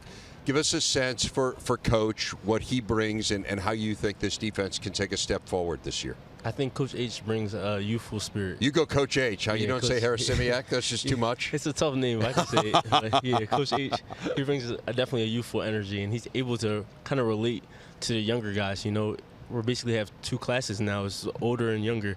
And when we say older, it's like me, fifth year, sixth year, and people like that. So it's kind of like a disconnect in a sense, but at the same time, we're still connected in a brotherhood. But Coach H is able to really put us all together and really make it feel like it doesn't matter old or young. We're going to play with this energy and this new kind of play style to our defense. As I assess your team, and obviously we're anxious to get to practice and really get an up-close and personal look at you guys, but certainly on paper and based on past performances, it feels like the DBs have a chance to be one of the better units on this team. So what are your goals within that group, Avery, as you look to kind of set the tone defensively? Exactly what you said. Be one of the best units, best secondaries in the country. It's something that I feel like is very tangible now, especially with all the experience in our secondary mixed with the youth. The youth really brings that energy, and the experience is able to kind of help them learn and grow as they play and be ready for Big Ten play, because it's the most challenging conference in the country. Johnny, how about the offensive side of the ball? Where do you feel you guys are in terms of making progress? The first year under Coach Schiano, it really felt like offensively you took some great strides. We were talking about it with him last year, maybe a little bit of a step back. So where is that unit this year? We made some really great growths in the offseason. We had a great spring ball, and we've been working really hard this summer, and I'm really excited to see that growth continue through camp. Coach Gleason, he's a great coordinator, and he's a really smart person, and I'm really excited to see the progress we make in camp. It's interesting. When I think about you, you might be the most versatile player in this conference. And in fact, we were talking about it before we got on the air. I know your team calls you Johnny Offense, right? I need to let you in on a little something. So in the BTN green room, our nickname for you is John Football. We felt like Johnny Football was already taken, right, with Johnny Manziel. So we go with John Football instead. Yeah. But so much respect for what you have done in your career, right? You came in as a quarterback, were really highly touted. You got some opportunities to play there. You continue to play some quarterback, particularly in a Wildcat situation, but you become one of the better tight ends now in the Big Ten. You seem like a guy who's just kind of willing to fill any role. How did you arrive at that mentality? How do you become someone who says, hey, I'm going to do whatever the team needs from me? Yeah, exactly. I just love playing football, no matter what it is. And any thing that Coach Gleason wants me to do, I'll do it to the best of my ability. And just, growing up playing quarterback, that kind of gave me advantage in that transition into other positions, just because when you play quarterback, you got to know what all 11 people are doing. So, that kind of made it like an easier transition for me. How would you guys assess the quarterback battle that's going on in camp? I mean, Adam, you probably have a good seat to watch those guys. So what's your sense of where it's going? Yeah, that room is great. The amount of encouragement throughout that whole room, all those guys. It's going to be exciting to watch in camp, really. They're all tremendous players, tremendous people. And, our culture, the way our program is built by Coach Schiano's foundation, you'll see that room continue to take off. And I'm excited to just watch it in camp. And all those guys are great dudes. So we'll see how it goes. Avery, what have you seen from the quarterback spot? I mean, give us a sense of kind of, we've seen Noah Vedral, but, Gavin Wimsatt, we saw a little bit of it. And then, Coach was saying Evan Simon's in that conversation too. So what do each one of those guys bring in terms of a unique skill set? Unique skill set, I would say, Noah's the most experienced. He's played a lot of college football, and he brings that to the table every day. He's a professional. And you have Gavin, the young gun, but still, he's able to learn from Noah, who's like a mentor, older brother figure to him. And Evan's just a worker. He's working, as hard as he can because he wants to prove to the team and to himself that he could be the starting quarterback for Rutgers football. As you look at the schedule for this year, one thing that jumped out at me, the first game's against BC. And you, of course, started your career there before transferring. What's that going to be like for you? Yeah, I enjoyed my time at Chestnut Hill, and I still have a few friends there, so I'm going to be excited to go back and play another game there. You got anything to prove there, or are you just going to kind of go in and try to act like any other player, any other game? I wouldn't necessarily feel like I have anything to prove, but just going back there is a little bit of a surreal thing for me, and I'm excited for it. Adam, I'm interested, we were talking a little bit about the most interesting man in the world. I mean, you set an NCAA record last year for net punting average. We did, our punt team. Yeah, well, Johnny PP as well. I understand, I understand. But you had to kick the ball really far for that to be a possibility. And I understand net punting's about the coverage, too. And so I hear where you're coming from. You're 24 years old. You clearly, well, that's all relative, right? And those of us who are in our 50s. But yes, for college football, you're old. What made you decide to come back? Just love being here. I love New Jersey. New Jersey energy is different. The people there are different. It's an amazing spot to be. I really have enjoyed my time here since 2018, and just being with the boys. I love being in that locker room, and our culture is evident. And hopefully this year you'll see it on display. Like, the boys really do love each other. We love our coaches. We love the whole organization. So I'm just so grateful that I had another year, and of course I'll come back and I want to win with these guys, and I feel like we've had a great off season, and hopefully we're in a position to do that. Avery, you had a decision to make as well as to whether or not you were going to come back. What ultimately drove your decision? Similar to what Adam said, it was just the right timing. It felt right. Rutgers has been home since I was an 18-year-old kid stepping on campus for the first time, and I also have a younger brother here, and I want to see him develop, and ultimately I want to win with my guys, so it was a no-brainer.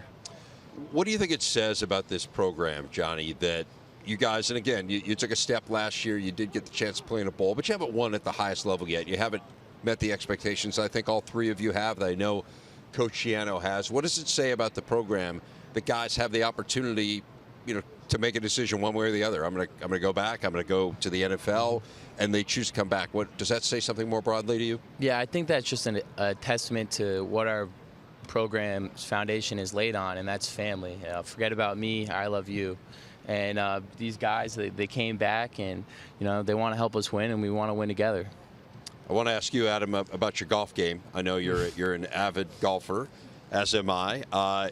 Huge moment for Australian golf. Cameron Smith, what did that mean to you? Yeah, huge. Watching him win the Open, the guy's the best putter on tour, clearly, at the moment. He's just so clutch, and when it matters, he performs and he executes. What's really impressive is just how calm he is. He's never up and he's never down.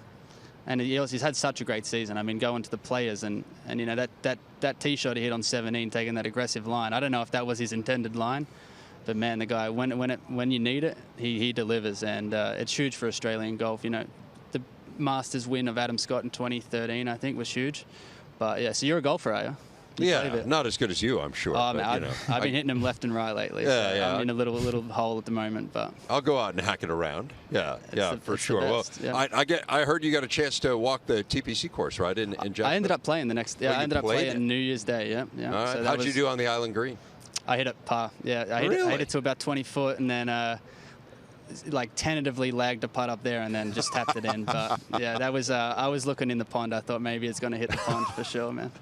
Let me leave it, you guys, with this, and I ask every set of players when they come up here, how do you define success for Rutgers this year? What would you say, Johnny?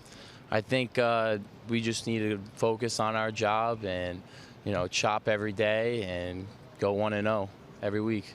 How about for you, Avery? I'm a little biased because I'm a defender, but I'm definitely going to stay. It starts with the defense, Our offense is going to step up to the plate, and we got to make sure we deliver on our end. Guys, this was a ton of fun. Best of luck to all three of you, and thanks so much for taking the time to talk to us. Thank you for having us. Thank you. Back on our Football Media Day special, our colleague and friend Pat Forty tweeting out that James Franklin noted St. Elmo, the famous steakhouse in Indianapolis that is visited by many over Football Media Days and any other trips here, is owned by a Penn State grad. I then detailed that P.J. Mustipher had a giant steak, shrimp cocktail, and 2 lobster tails, and he crushed it all. James Franklin is with us. We might need a little more detail on the dining experience at St. Elmo. Also a stack of potatoes, some dessert, butter cake dessert with ice cream. But the other thing is, he was staring at my plate. like that may be next. It's like when you grow up in a big family and you're rushing to eat your food before your brother can. He literally, it was impressive to watch him eat. I spent some time with your nutritionist last season, and I know you guys have that part of your facility looking good there. What does the nutrition department have to say about the St. Elmo's trip here? Well, according to PJ, none of it matters, because he passed his last conditioning test in Penn State history. I want you to know he came on the set, and the first thing he said was, I just want everyone to know I passed my conditioning test. Yeah. Yes. Yeah, 285 pounds as a freshman, 300 about 20 pounds now. That was before the steaks and the lobster tails. But he is super proud. He was telling the waiter and the waitress last night about the conditioning test. Yeah, he's happy. I'm sure they were fascinated. Yeah, right? I don't think they knew what he was talking about. Please tell me more about it. Sure, buddy, whatever. How would you assess the season last year? You started great. It didn't necessarily end the way you wanted it to, but there were some fabulous moments along the way. You put it all into perspective, and you come up with what? Yeah, I think the way you described it is fair, right? We started out on fire, open up at Wisconsin, which is a tough place to play. We have a tendency to open on the road, which maybe we'll talk about later in the Big Ten. We've done it 9 straight years. But we weren't able to sustain it, and part of that was a depth issue. This is a physical game. You better be prepared. There are going to be injuries.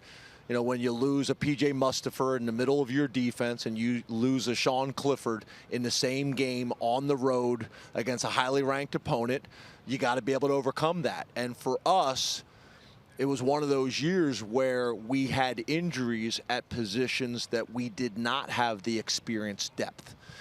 This year, our quarterback room looks very different. We got 4 quarterbacks that we're really excited about, 2 of which that have started and won games in the Big Ten, and 2 very talented guys behind them. Our defensive tackle and D-line has more depth than we've had in a couple years. So I think that's valuable. And then we also have a recruiting class, whether it's true recruits out of high school or junior college players and a few transfers. It just feels like those guys are more prepared to come in and impact in their first years than maybe we've had in the past. The recruiting rankings are great, but as we all know, once they show up on campus, none of it matters. But it just feels like the guys that have showed up on campus are more prepared to compete this year, which will help in our depth. Defense was the clear strength of your team last year. You lose Brent Pry, and of course, as a head coach, right, you're rooting for your guys to get head coaching jobs, and that's just part of the process. But it means you have to make a change. And you bring in Manny Diaz, incredibly accomplished as a defensive coordinator. Give us a sense of kind of how you integrate what you had been doing so successfully on that side of the ball to having a new voice at the front of that defensive room. Yeah, I think your point is a good one, right? I'm torn. Brent Pry was with me for 12 years, every single year of my head coaching career. His dad was my offensive coordinator in college. We go back 30 years. So to lose a guy like that hurts. You struggle. Coach, you went through it. Mm-hmm. But I'm super happy for him, and Virginia Tech made a great hire, and he's going to do an awesome job. But being able to go out at a place like Penn State and be able to find and attract and hire a guy who's a proven commodity. He's done it at a high level at a bunch of different places, but then also has been a head coach. And there's value in those experiences from a leadership standpoint, from a big picture perspective. The other thing is he's a guy that we always spent time with in the offseason with my previous defensive coordinators talking, because that's what we do in offseason, right? You talk to other coaches, but other coaches that come from a similar philosophy and tree. So that helped as well, because when you go out and hire somebody and it's a completely different philosophy, there's going to be growing pains with that. So he's hit the ground running. It's been awesome having him. And I was a little concerned because I called him literally the day after it went down at Miami, and some guys aren't ready for that conversation yet. Right. He was ready. Coach, I'll take the bait out of the opening game in conference play. Advantages, since you have so much experience with it, advantages and disadvantages of opening up with a conference game. Well, obviously the advantages, you know, Coach, is it sets the tone for your summer. There's an excitement with your fans and your players to go on the road. We all got respect for Coach Brohm and Purdue, especially in night games that they decide to be the blackout. Right. The polar opposite of the Penn State, right, the blackout. So we got tremendous respect about it, and it does kind of set the tone and get everybody motivated. We were able last year to do that at Wisconsin, which is a very tough place to play, as you guys know. So I do think that helps that we've had an experience like that before. So that's an advantage. The other thing is, as we know, is scheduling is important, and where you can build an out-of-conference schedule to put yourself in the best position to win the conference is what it is really all about. And I would also say with roster management right now, it's more important than ever, because you need to get guys on the field and gaining experience. So you can make arguments both ways. We better have a sense of urgency. We better have everything buttoned up and I's dotted and the T's crossed, because week one, this will be an impactful game on our season. I wanted to ask you about Sean Clifford, and not into detail about what he's doing necessarily, but you talked about the player empowerment aspect of it. He has an NIL agency. As a coach, how do you advise a player as they're getting into some of these endeavors? So I think that's the fine line, right? As a former player, you get this. There comes a point throughout your college career where you do start to think about the next phase of your life. Hopefully that's as an NFL player, but at a place like Penn State, we're also trying to make sure that they don't put all their eggs in the NFL basket, because what I really struggle with is I see these players when their career comes to an end and their entire identity is wrapped in football and football alone, it's a challenge. So at Penn State, we're trying to prepare our guys that we want you to play the game for as long as you possibly can, but there is going to be a plan for you when you're done. And for a guy like Sean that's been able to take advantage of the extra year and look at the NIL opportunities, something that he was passionate about. He's got high school teammates that are playing at different colleges across the country, and compare and contrast. He ran with it and is doing extremely well. Now he's got to be disciplined enough. We got to be disciplined enough that during the fall, you're putting this becomes not a priority anymore. This becomes secondary to football and school. Coach, easy to say we got to get the run game better, but can't go 9 on 7 for too long, can't scrimmage too long, and the run game is a physical part of the game that I think we're all careful how much we practice it. So how do you improve in the run game without beating the heck out of your team? Well, here's the first thing. I don't come to Big Ten Media Day and say this is the year for our line, because I've done that. I'm not doing that anymore. Okay, the proof will be in the pudding. We'll show you that. I do think we have developed and recruited well at that position. We do have more depth right now at that position. We have a too deep of guys that can get on the field and play. That's going to be important for us.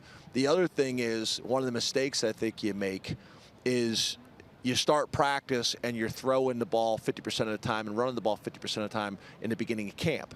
Well, it's hard to work on the running game in the summer. They've worked on 7-on-7 all summer. Right. You can develop in the passing game dramatically from the end of the season to the next season. It's hard to do that in the running game.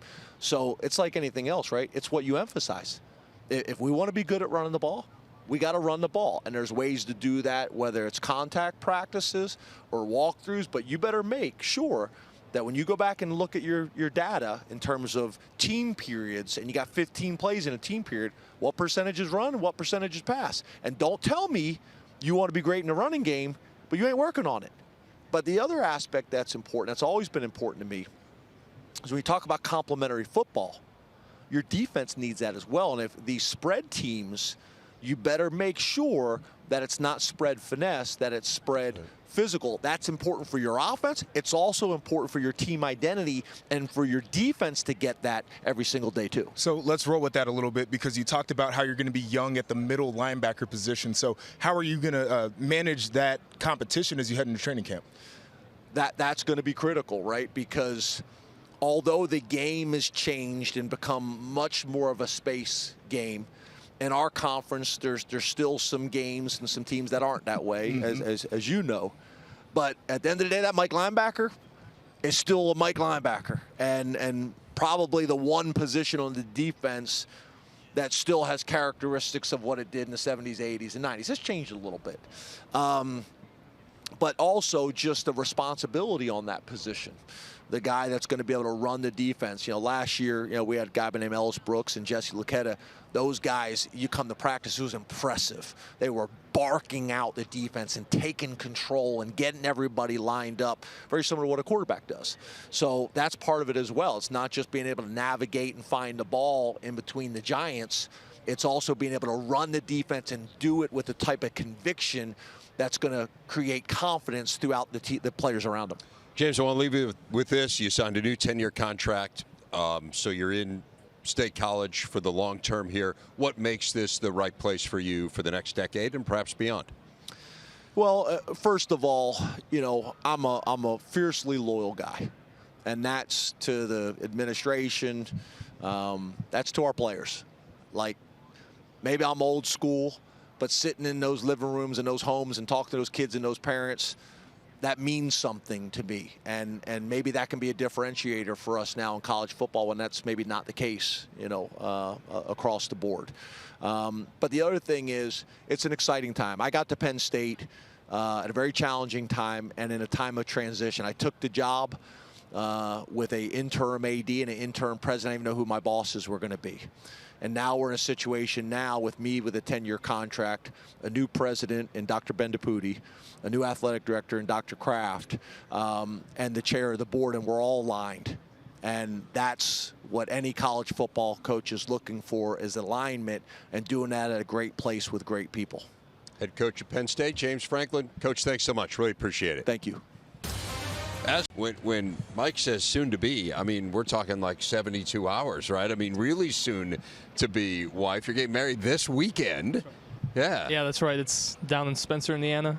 But like you said, 72 hours basically from right now. So it'll be go time soon, kind of like game day. All right. So what are your emotions as you head into the wedding weekend?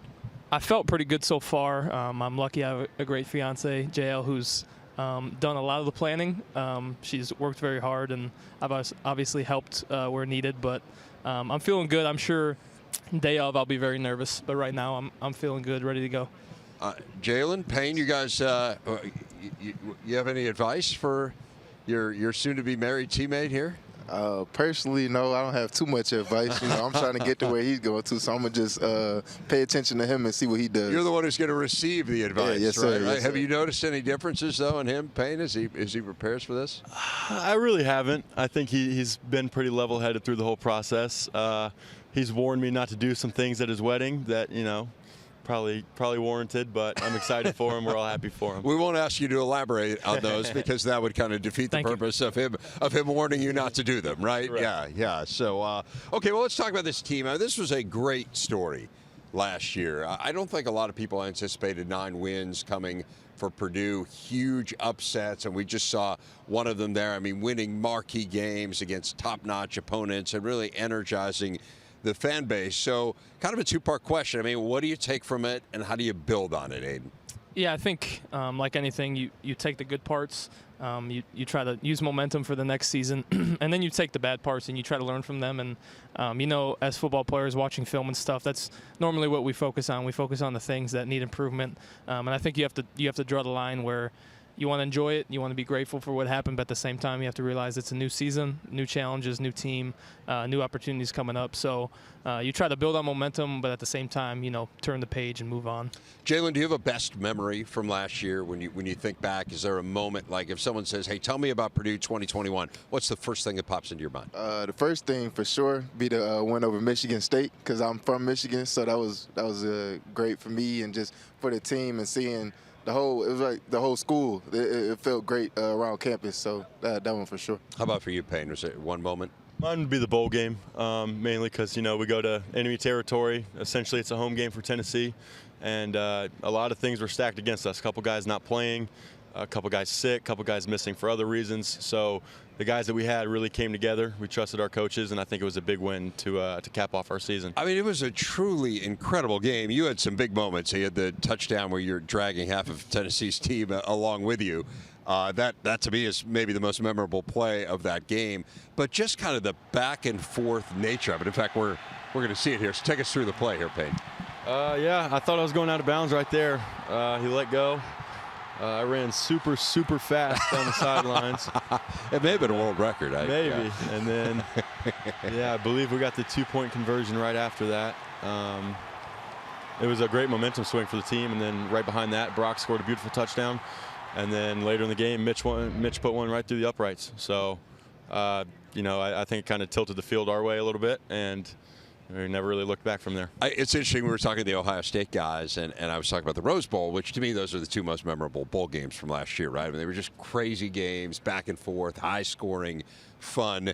And I asked those guys, I'm going to ask the three of you the same thing, and Jalen, maybe you can start. But when you're in the middle of a game like that it's just a fabulous game, right?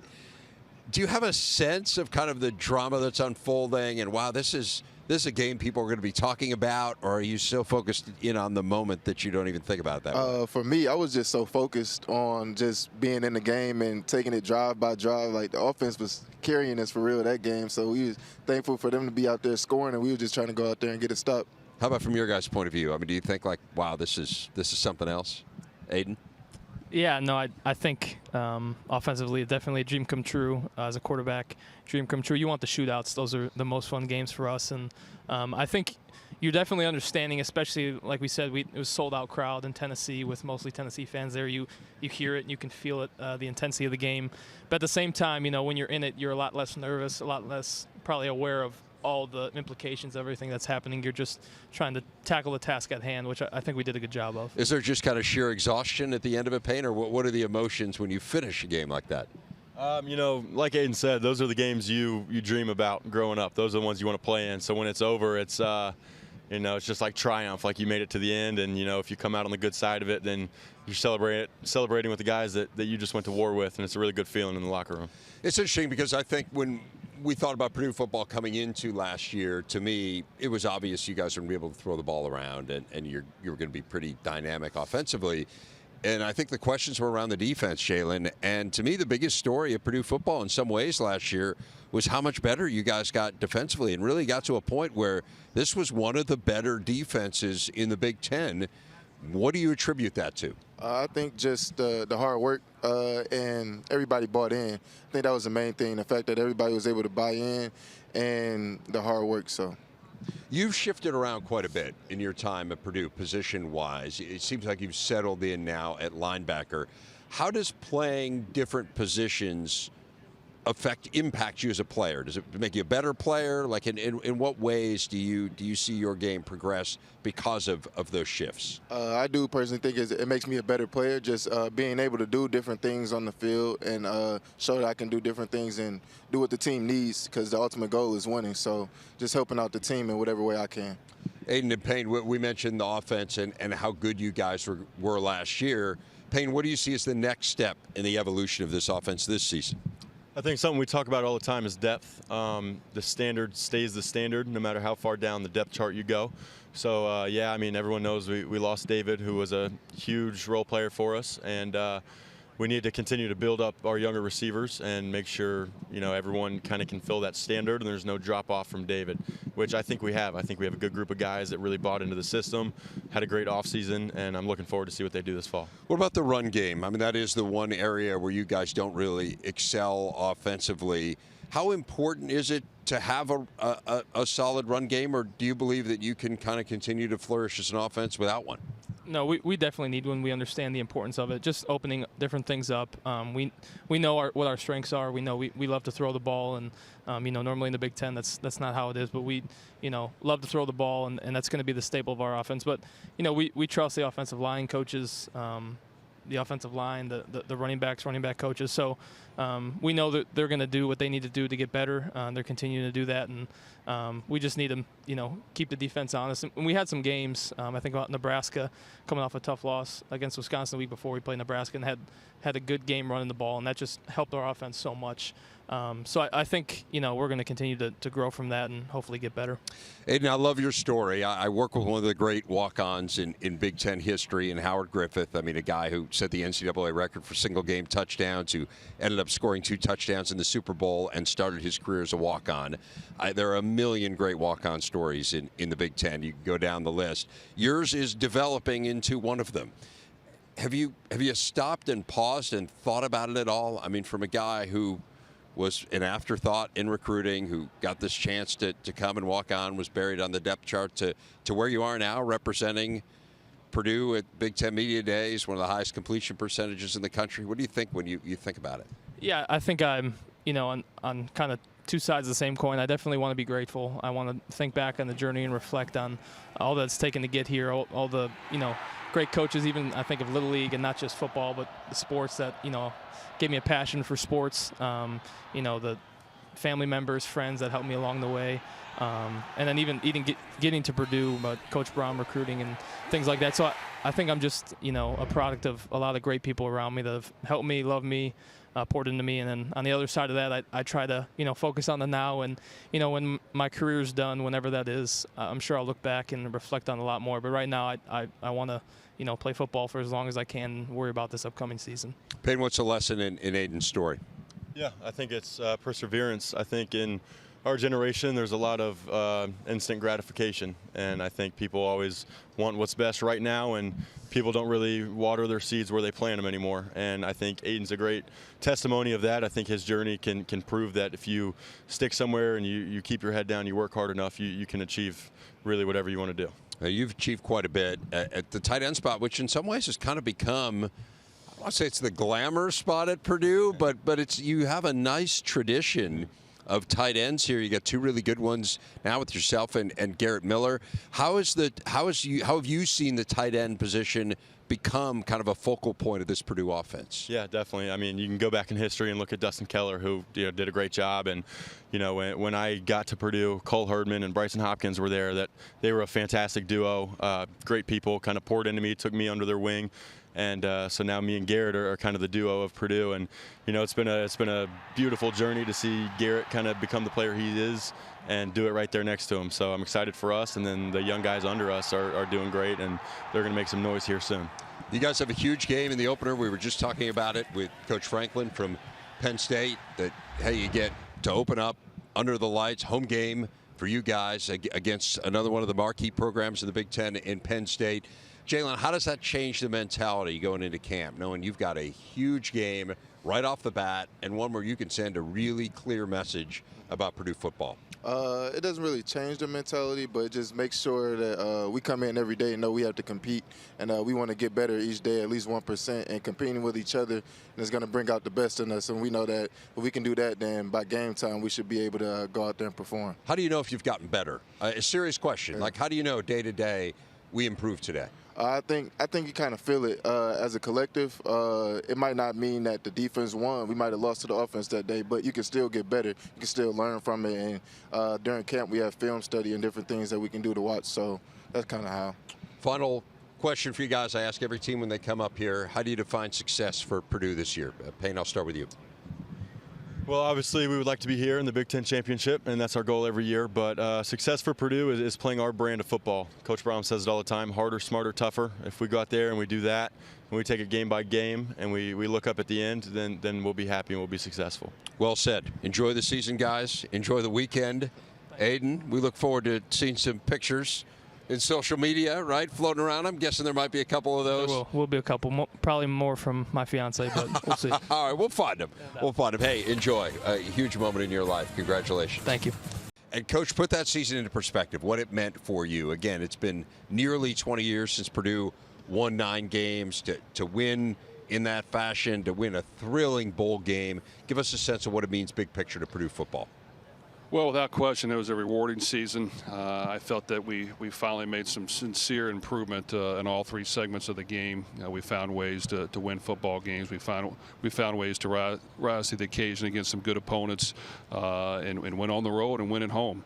So I really think that it gave our players confidence. We've always played an aggressive style, and we try to cut it loose when we go on the field. But gaining consistency is always the key. Figuring out ways to do it year in and year out is always the key. But we definitely were happy with the way the season ended, and we're looking forward to building upon that. I mentioned the 2 wins over top 5 teams. Look, it's important to win games. It's important, again, to be a 9-win team, to win a bowl game. Does it send a different kind of a message, though, nationally about kind of what you can be when you're not just winning games, but you are beating elite teams and programs? I think so. I think anytime those games happen, it shows what you can do if you do a lot of things correctly and if you do it right. Working hard, putting in the effort, learning from your mistakes. I think one of the better things we do, I hate to say it, is learning from our losses. And that's not only our players, but it's our coaches, it's myself as well, as you try to figure out, gosh dang, what could I have done better? What could I have done different? And I think our team knows that each week is a new opportunity, and whether you win or lose, you're expected to win the next week, and that's the approach we take. Aidan's done an unbelievable job on and off the football field. What does having a leader like that at the quarterback position allow you to do as a coaching staff? Aidan's earned his spot as our starter. He's played at a very high level, especially the last half of the season. He's worked his way up from the very bottom. He's a tremendous leader. He understands his strengths and his weaknesses, and he works hard on both. But our team respects what he brings to the table, and they understand that if we do our things around him well, he's going to do his part. He's an accurate passer. He can throw the ball vertically. He can get the ball to our playmakers. So we're lucky to have him. Having that experience is valuable. He's a terrific young man, and we're very proud of all the accomplishments that he's had to this point. Last year, defense took a big step forward for you all, but you got a couple of key losses. George Karlaftis specifically. How do you continue to take those steps forward while replacing some players? I think we did put a lot of emphasis on our defense, and we made great strides in one season, in my opinion, to improve upon that. George was outstanding, played at an elite level the entire year. Yes, we will miss him. I do think that we've been fortunate enough, in my opinion, to build more depth on the defensive side. I think we have more capable bodies to put in the game, to provide competition, to allow those guys to know that someone else is challenging them. Have we had those new guys emerge yet and showcase that type of talent as George? No, we have not. But I do think that these guys are ready for it. We're going to do our part as coaches to really allow them to play and be aggressive.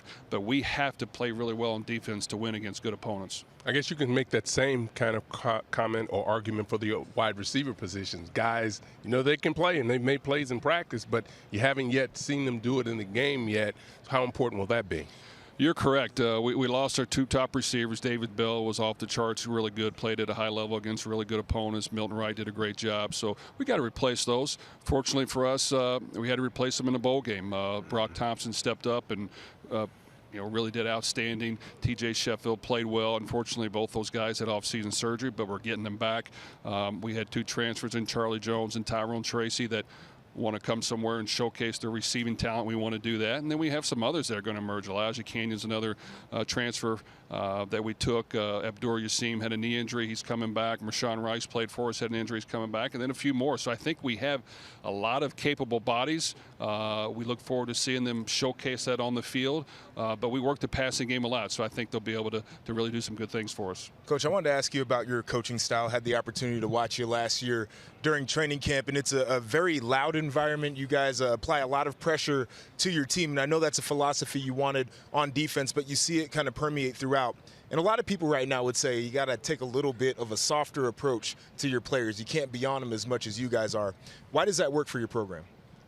Well, I had a coach of mine before tell me that diamonds are made under pressure, and we want to make sure that we provide that pressure. You know, sometimes if you just allow the game to be the only time you're under pressure, it's going to overtake you. You're not going to be able to perform well. So, you know, we want to practice hard. We want to get after it during practice. Our guys know we're going to still have fun. I want them to enjoy it. We're going to smile in between. We're going to smile off the field. But we want our guys to push themselves. We want them to know that, no, it's not okay to make these mistakes more than once. You've got to figure out those corrections. You've got to go hard in practice. You've got to maintain that same speed, that same intensity, because you can't just turn it on during the game. So those are just things we stress. It's great for the quarterback, but it's great for every position to practice as hard as you can because it helps you in the game. And you saw a lot of smiles coming up that practice field, too. So they do have that fun over there. Because practice was over? No, they were having fun. Coach, I want to ask you about the run game. And, I mean, you guys were last in the nation in yards per carry. Well, thank you for telling us that. Well, but, I mean, but again, like, does it matter? Does it matter? I mean, you have such a dynamic offense. You score a ton of points. Do you have to be able to run the ball, or are you in a position where it doesn't really matter for us? Well, that's always the goal, to improve the running game. Are we going to be a juggernaut at that? Probably not in the near future, but we're going to work hard to improve. I think if you look at the last half of the season, we found a way to probably run for 100 yards a game. If we can get in that scenario, and if it's more than that, great. But you have to take some pressure off the passing game. You have to be able to run the ball when teams are just going to play the pass. You've got to be able to do things, you know, to get those guys the ball and to take some pressure off on the offensive line as well. So we worked hard at it. We're going to continue to do that. Passing will be our strength, but at the same time, there's going to come a point in time in short yardage, goal line, other situations where you have to run the football. I mean, it's got to mean something to you. You got to be able to get in the trenches and get it done and find a way to make those plays. So we understand, to win at an elite level, yes, we have to be better at running the football. Schedule-wise, you open at home against Penn State in a game the whole nation's going to be watching. What does that do for your camp in terms of the mentality and the way you approach things, and what could it mean to your program? Well, we love big games. Without question, the first game of the season on national TV against Penn State is a tremendous challenge. We played them 3 or 4 years ago, and it was not a good day for us. So they have great talent at every position. Coach Franklin does a great job. So does his staff. And we know for us to win, we've got to be hitting on all cylinders. So we're going to work hard. It motivates you to work harder in the offseason. You understand that if you don't get ready to go, there's not a whole lot of margin for error. You have to come ready to play. Luckily for us, we're in Ross-Ade Stadium. We've had some success there. We want to feed on that energy and juice from the fans, but it's important to get off to a fast start. It's important to get in that game. But if you can find a way to win against an opponent like that game one, it really provides you a lot of momentum for the rest of the season. How important is name, image, and likeness for the Purdue Boilermakers in your program? Well, I think it's very important. That's kind of college football now, the landscape we're in, that all of your players want to take advantage of their name, image, and likeness. We want to provide them with that opportunity. These guys work extremely hard year-round, not only on the football field, but in the classroom, in the community. And we want to make sure we're doing our part to expose them to numerous different opportunities to take advantage of their success and be rewarded for it. So it's something we're continuing to work on at Purdue. We want to make sure that all of our players understand that, realize that, and it's exciting time for college football. Well, just to kind of piggyback off of that, you got the transfer portal, name, image, and likeness, like you mentioned. How specifically do you communicate and educate your players on those topics? Well, it's constant education with our guys. We want them to understand, how they can profit off of themselves. We want them to understand that, it's important that we take care of our players with the transfer portal and now the ability to possibly transfer whenever you want. You've got to treat your players right. They have to understand you care for them, you love them. You're going to do whatever you can to help them succeed. It means something to you. And then if somebody leaves, hopefully it's for the betterment of themselves, and we're all for it. So we want to coach the right way, and while that's not just patting them on the back, you also want them to know that you're going to do whatever you can to help them succeed. The conference has expanded to the West Coast with UCLA and USC. Will that change recruiting philosophies for you guys? Well, I think initially it probably will not, but we're excited about the change. Those are great opponents with a lot of history and tradition that will be added to the conference, a lot of excitement from coast to coast, a lot of great venues to play in, and add a lot of value to the players and the fans and what they want to see. We kind of know what our footprint is now. We're going to stick to that for the most part, but at the same time, we're not going to be closed-minded to any new opportunity that arises. How are you guys going to evaluate and define success this year? Well, success for us is always improving on the year before, so we'd love to get more wins than what we had. We always want to win our rivalry games, which is Indiana and Illinois. Finding a way to win all of our home games is always a goal, and it's not easy to do. We haven't been able to do that since I've been there. And then figuring out a way to get to the Big Ten championship, and that always goes through Wisconsin and Iowa and those teams at the top, and we got to make sure that we find a way to beat them. Wisconsin we have not beat since I've been there. It's a tough opponent. They play a tough physical brand of football. So just figuring out ways to beat the really good opponents on your schedule is a goal for us, but we want to improve upon last year. Head coach of the Boilers, Jeff Brohm. Coach, really appreciate your time. Thanks a lot, and look forward to seeing you guys in camp and in the season ahead. Thank you. Football Media Days, chance for players to have some fun off the field. Nice point win there for Jayden Reed against his old high school teammate, Payton Thorne. Those two join me now, along with Xavier Henderson. Was that how the whole game went, or was that just one anomaly there, Payton? I'll let him tell you how the rest of the game went. He got me. He's gotten better since the last time he played, though. I was impressed. All right. Have you been working on your ping pong game, or was just I've been working on it a little bit. Every chance I get, I work on it. Okay. Fellas, great to have you here, and really fun to watch the three of you, your entire team last season. Xavier, you were here last year, right? Sir. And we talked about, how can you take a few steps forward? What can you do to make a little bit of progress? I don't think anyone outside of your program saw 11 wins coming. What did that season mean in terms of jump-starting Michigan State football? Yeah, it was definitely a good start. Really not even the season we wanted to have, that we knew we could have, but we wanted more than that. But shoot, it was a good start in the right direction, and we're just building on that. Was there a moment that stood out to you as you try to encapsulate what that year meant, Jayden, where you say this is what will stick with me from 2021? Is there one game, one moment, one play? Really, it was a lot of moments, that stuck with me last year. Really, like we was talking about earlier, we talked about the U when we played the U in Miami. That was one game that we knew we were going to have a team, because a lot of doubt was being thrown into that game, and we defeat the odds, and we won that game bigger than everyone thought we were. So, yeah, Payton, how about for you?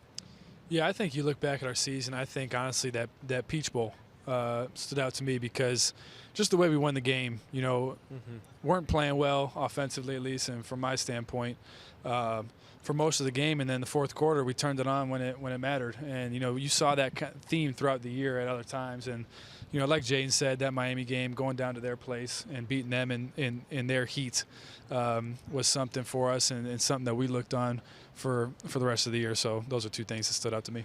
So what's Coach Tucker's message? I always think this is interesting. You've had a breakthrough year, and now there are a lot of expectations heaped on you.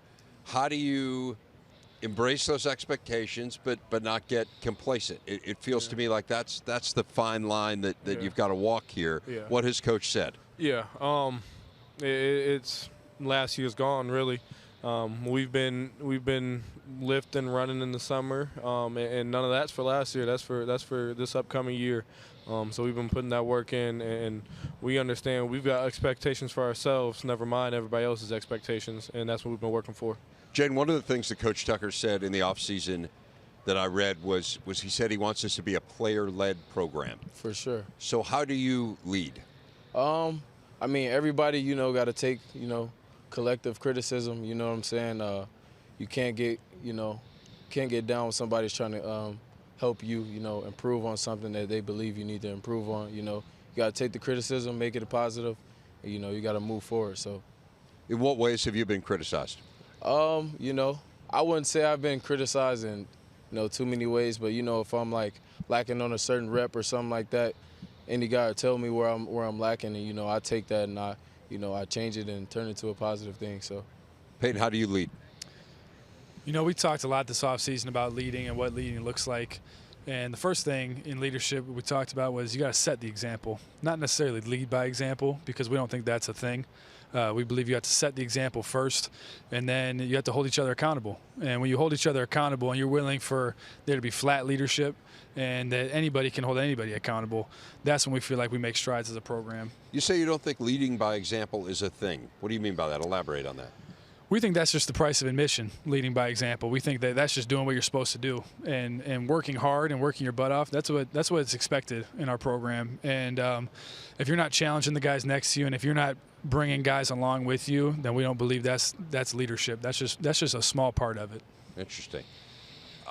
Xavier and Jayden, you guys both had decisions to make about whether or not to come back this year. What drove you to come back? Xavier, I'll start with you. Yeah, just a more personal, something you talk with your parents about a little bit, and talking to my parents, talking to coaches, and looking at what the NFL says.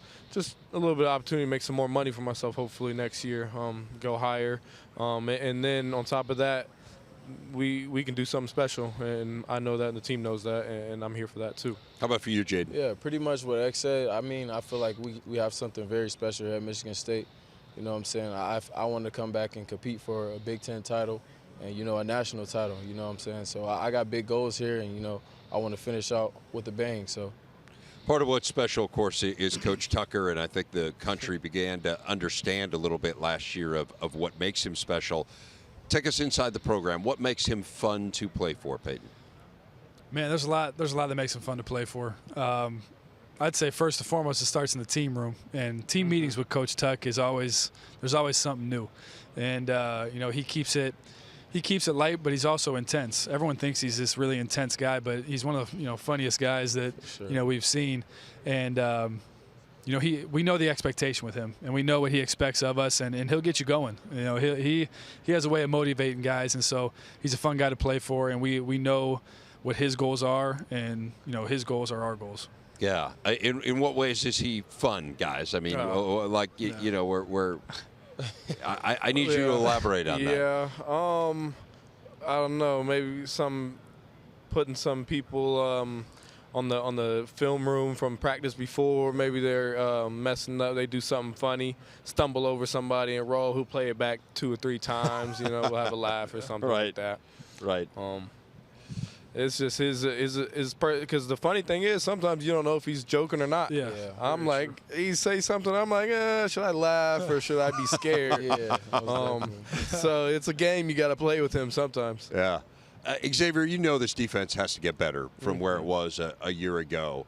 What strides do you feel like this group has taken to meet those goals? Yeah, I think we've done a good job of really not looking at it as individual, like secondary linebacker. It's a defense thing. How can the D-line help the secondary? How can the linebackers help the secondary? How can the secondary help those 2 position groups?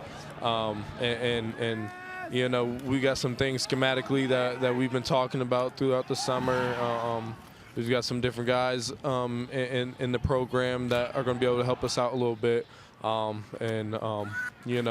We got steps to take. We've been taking those steps throughout the summer, and we're going to continue to get better through camp. The offense got far better last year. I mean, you guys went from last in the Big Ten in scoring the previous year to 3rd in the Big Ten in scoring. Jayden, why do you think it clicked in the way that it did? I just think we built chemistry really fast, and we all came together as a collective. And, everybody got in their playbook. When you know what you're doing, you can play a lot faster. So that played a huge role in us, having a successful season on offense last year. So what would you say, Payton? I think there's a lot of things that go into it. I think there was buy-in from everybody on our offense, and the guys believed in what we were doing and what Coach was preaching. Obviously, having as electric of a running back as we had is a huge help. Our offensive line played really well last year, and then we had guys like him who were making plays for us all year on the outside. So it all works together, just like X was talking about with the rush and secondary working together. For us, the run game and the pass game, they work off each other, and I think we did both of those pretty well last year. The story of the 2 of you is amazing, right? I mean, you guys were middle school teammates. Yep. You were high school teammates, and now here you are college teammates. You were both kind of overlooked in recruiting. So to have the opportunity to contribute to a team that made it to a New Year's Six game, won a New Year's Six game, to be representing your school at Big Ten Media Days, I mean, just help people understand, Jayden, the connection that you and Payton have and what it's been like to be on this journey together. It's really a blessing, you know, being across from this guy every day, living with this guy, stuff like that. You know, it's been a long journey, and it's just a part of our story. The things we've done together, I couldn't even imagine, you know what I'm saying? So I'm just really blessed to be here with all these guys today, you know what I'm saying? And we're creating a story for, you know, our family and our lives and stuff like that. So I'm really blessed, and we're all blessed to be here today. Payton, you want to elaborate on that? Yeah, you know, it's been a crazy journey. And, you know, if you would have told me when I was playing Pop Warner with this guy that this would be what would happen, you know, I wouldn't have believed you.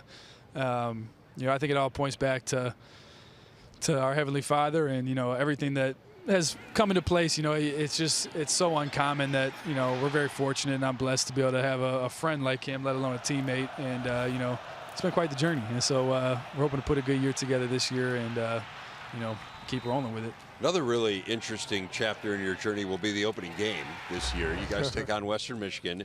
Your father is the new offensive coordinator at Western Michigan. Yeah. So give me a little insight into that relationship. Are you going in there and trying to get the playbook so you can pass it along to Xavier? Yeah, give that to me, please. Yeah, our defensive guys are asking me when the playbook's going to be arriving. So, but no, we've talked about it. When my dad first got the job, obviously that was one of the first things he said. He wasn't happy that he was going to have to play against us week one and you know, have to play against his son. You know, so we've talked. You know, at least he's not the defensive coordinator. Right. But it'll be interesting. I've played against him my whole life in all types of different sports, but not football, and never in an official competition. So it'll be fun, and it'll be fun for our family. Yeah, it's a crazy story. Xavier, what do these guys like to defend? How does going up against this explosive offense, the group you had last year, how does that help the defense get better? Yeah, it's fun for us, honestly. You know, thankfully I don't have to get out there and cover Jayden too much. I'm back. No, I understand. But just doing different things in the summer, like our little player-led 7-on-7s, throwing the ball around. We'll get done with the play, and I'll walk over to Payton. Like, I'm like, hey, Payton, you know, what are you looking at on that play? And he said, hey, I was reading you. You did this, so I knew I had this open. So I'm like, okay, you know, now I'm thinking of what a quarterback is looking at, and you know what I mean. And then I talked to Jayden about, you know, different techniques at the line of scrimmage for different corners and whatnot. Just little things that these two dudes are so smart and playing the game for so long that the biggest thing is picking their brain about it. I'm going to leave you guys with this. I ask every group when they come up here how you define success for your team this year. Payton, I'll let you start. Guys can work your way down. Yeah, you know, success for us is winning every game on our schedule, and we believe that's the goal every year. And we believe that's the standard for us, and you know we believe that's possible, and that is our standard, and that's what success will be for us this year. Jayden, anything to add there? I mean, we're in it to win it. You know, every game on our schedule, you're trying to get a win, and you know what I'm saying, get a Big Ten title, national championship, and that's the standard for every year here at Michigan State. You already know what my answer is. Yeah, we want it all. We want it all. All right, guys. Well, best of luck. A pleasure to visit with all three of you. Continued success, and thanks so much for taking the time out. Thank you. So, guys, welcome. Great to have all of you with us. Let's start with the improvement of this team last year. I mean, 5 wins. You beat 2 ranked teams for the first time in 20 years. Chase, I can start with you. We can work our way down. But what did this season mean to Illinois? Right. Like you said, we've seen constant improvement over the years, and what was so important when Coach B came in was seeing a difference in how we played in the field.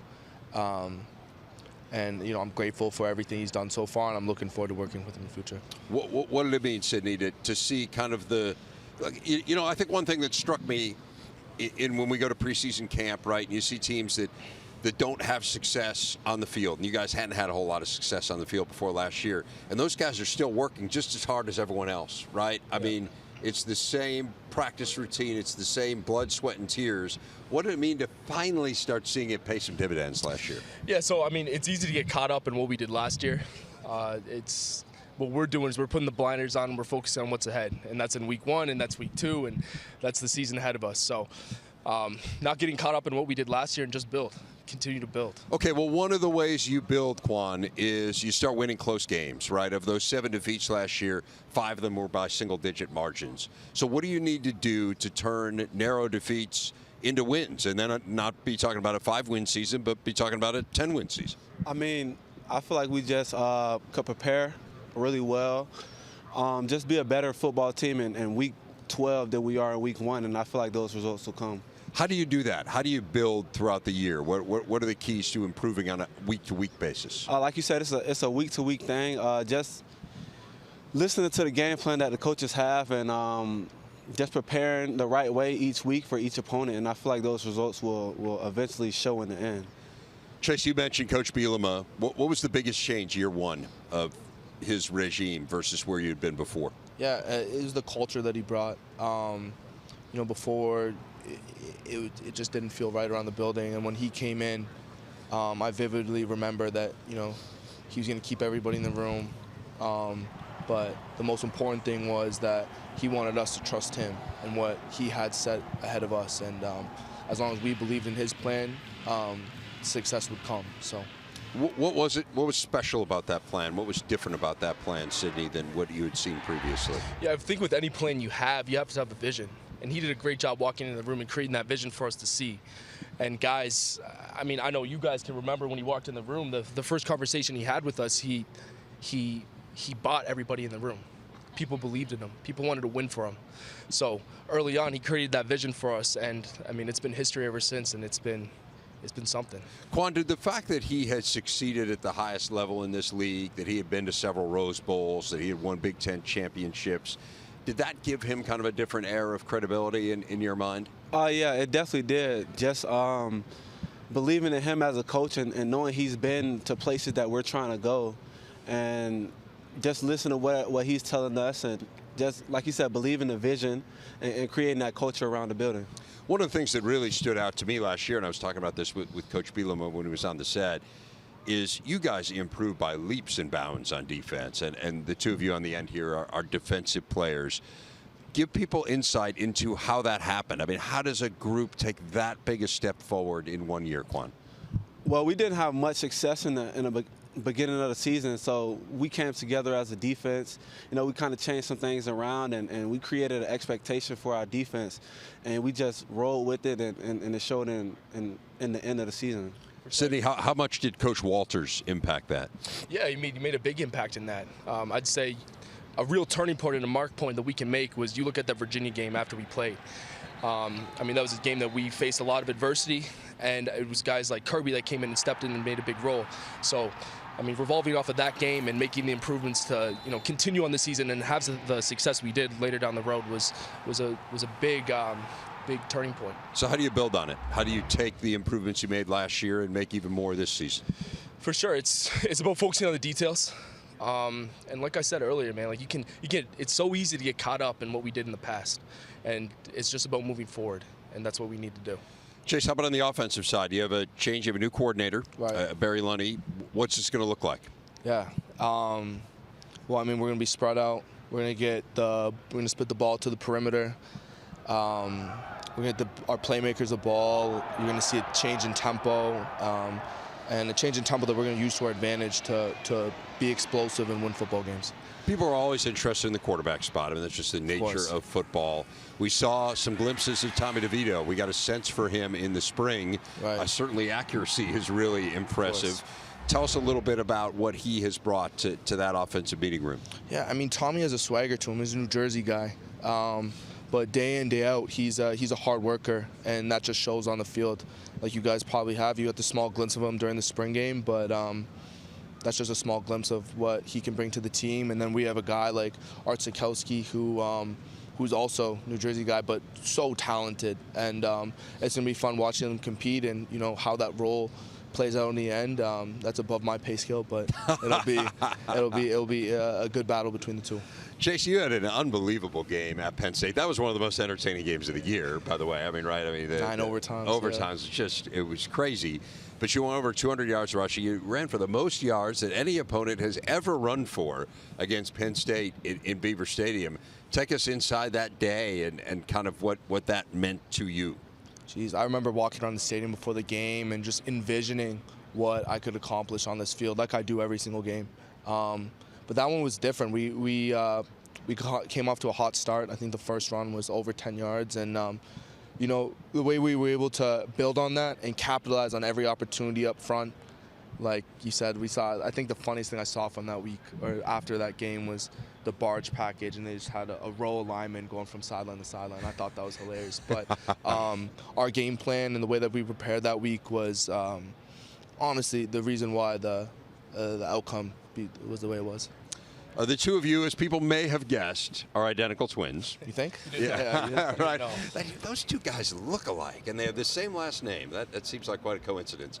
What has it meant for you to be able to play together? And you transferred in to Illinois. So what has it meant as brothers to be able to share this experience and this journey together? Well, first of all, it was an easy bribe to get him here. I mean, the opportunity to come play with me was one thing, but no, it's been it's been fun, man. It's something we envisioned coming out of high school. It's something we didn't come out of high school and exactly do, but later on the road, being able to live that vision and do it at the University of Illinois, it's been a blessing.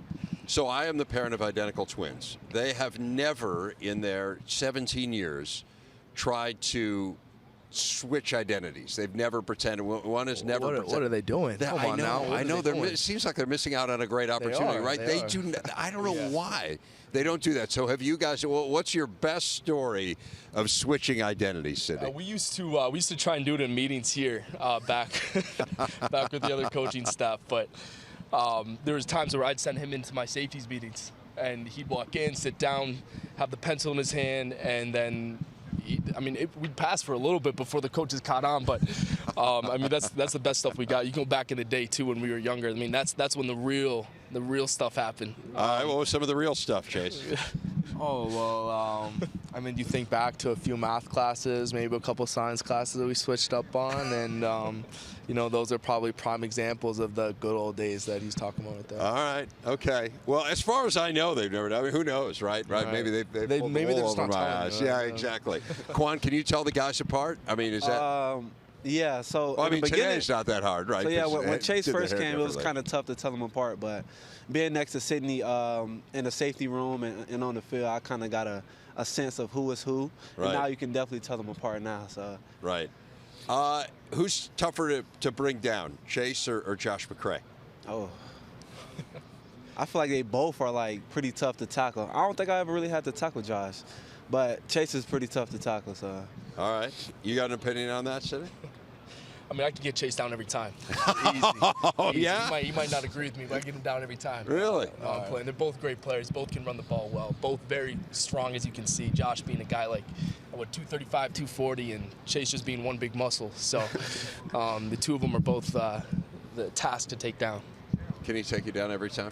We'll see. We'll just turn on the phone. Made him miss every now and then. All right. So we'll see. You guys open in week 0 again. You did this last year against Nebraska, and Coach Bielema was telling us it was something he really wanted to do, to get that jump start, first of all, to kind of be in the spotlight early on, but also that it gives you some additional bye weeks. How does it change things for you guys to kind of be one of those featured games early on at the beginning of the season, Quan?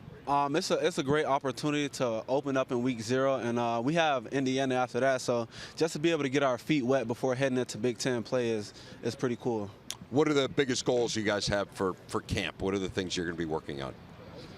Yeah, going into camp with the mindset to be tough, smart, and dependable. Build on what we did last year, and kind of fix and fine-tune the things that we need to get better at. From your point of view, Chase, what are your camp goals? Well, I think Sid started that off well, being smart, tough, dependable, but coming out with swagger. Being a team that's not afraid to make plays and just play with passion and heart. I ask every team when they're up here, what would be a successful season? Quan, I'll give you the first word on that. I'm interested in each one of you guys. How do you define success for Illinois football this year? Coming back here at the end of the season, I feel like would be a great feeling for us in this program, and I feel like that's what we need to get to where we need to be. Sidney? Yeah, I think the easy answer to say is to win every game, but a successful season to us would be being better in week 12 than we are week 1, and consistently building and proving how we play Illinois football. Chase? Yeah, I think Sid said it well, being better in week 12 than we were in week 1, being a fundamentally sound football team, and it would be nice to come back here at the end of the year. Yeah, Quan, you mentioned coming here. What's this experience like? I mean, to be in this stadium where the Big Ten championship game is going to be decided, to get to go through the locker rooms, all that kind of stuff. How has that resonated with you? I mean, it's been a great feeling just being here throughout the day, just experiencing this, something we've never experienced here. So just to see this and want, it motivates us to get back here in the season. Yeah, it's interesting just in talking to players these last couple of years. I mean, this is new, right? I mean, this is only the second year that they've done it this way, and it's obvious it's having an impact on players. And again, it gives you something to shoot for. Yeah, it's awesome because this is where it starts and so it starts and where it ends. Yeah, exactly. Yeah, you might have been writing my scripts. I think I've used that one. I think I've used that one a time or two. Yeah. Man, now I thought it was such a profound thought, too. Maybe it was. Maybe we're the only two people who thought it, Sydney. Yeah, exactly. Yeah. Hey, guys, this was a ton of fun. Yeah. Pleasure to visit with all three of you. Best of luck this year to you and to the Fighting Illini. All right, thanks for having us. All right, thanks, fellas. Alex Rue, the Big Ten Network, saying Ryan Day said he was on the golf course with his friend Chip Kelly when he learned that UCLA and USC were joining the Big Ten. Leaned out of his car, told Kelly, hey, we're in the same conference now. Ryan Day joins us. Could you elaborate on that story just a little bit? Take us inside that moment. It didn't play out exactly like that, but pretty close. We were up playing in his golf tournament. He was actually in the group ahead of us. And so we tee off and we drive up, and both of our wives are kind of, at the turn there and actually at our house, our summer home there. And so they're there and kind of handing out waters to people. And so they say, you realize what just happened? I said, no. They said, you guys are in the same conference now. I go, what? They go, yeah, Chip just drove off. We told him, and now we're telling you. So the truth is, our wives told us that this was going on. We quickly got calls from Gene and and I think Chip got a call from Martin, and we found out, and we were excited. So we started off the rounds in different conferences. We end in the same conference. It's pretty remarkable, and obviously you guys are connected through your time in New Hampshire, right, and old friends. But what's that like? I mean, when you think about this new world for the Big Ten, when you think about UCLA and USC as conference games, what do you think about? Well, I think it's exciting. I think it's a big move, and I think it's a bold move, but I think it's great. I think now we're a national conference, and there's a lot of power with that, and it's exciting. Gives us a lot of juice. And so for a lot of reasons, moving forward, this is big for our conference. Coach, you've talked a lot about improving the run game. How do you feel about the run game after spring? Yeah, good. I feel good about it. Justin Fry has done a really good job coming in, and I like some of the moves we made up there, moving Paris to left tackle, and our two guards, Donovan and Matt Jones, have done a really good job. DeJuan has really lost a bunch of weight up there. I think our tight ends have done a really good job. So it's been good. I think the balance is critical, and I think, like you're talking about in short yardage situations in the red zone, we got to do a great job. Obviously, a lot of changes were made on defense, bringing in Jim Knowles. Throughout the spring and the summer, how have the players gotten adjusted to the new scheme? I think good. I think when you combine the experience that our guys come back with from last year, along with his coaching style, kind of a new look on defense, with Perry and Tim, and Larry's back, but Jim's style is excellent, very aggressive, a lot of confidence, put in a lot of defense. But I think the way that he teaches it doesn't feel heavy. He's been very impressed and shared with me how well our guys have learned and how quickly they've learned and how much they've got a lot of extra work in to try to learn the defense. And they're very eager. They're very prideful. And I think we've got a lot of talent on the defensive side of the ball. We're deep. And I think with the scheme, we got a chance to be pretty good. Coach, you're considered a great offensive coach, which means you have to know a lot about defense. So how much did you get involved? In other words, you stay at Ohio State the next 20 years and Jim Knowles moves on. I mean, what role do you play on the scheme as you go forward? Yeah, well, I think, when in 2019, when Jeff and Greg came in, I think that they did a great job that year. And then when Jeff in 1 year went on to Boston College, we tried to continue with that same scheme. And, there was a lot of good things, but looking back on that, I probably would have done a little bit differently.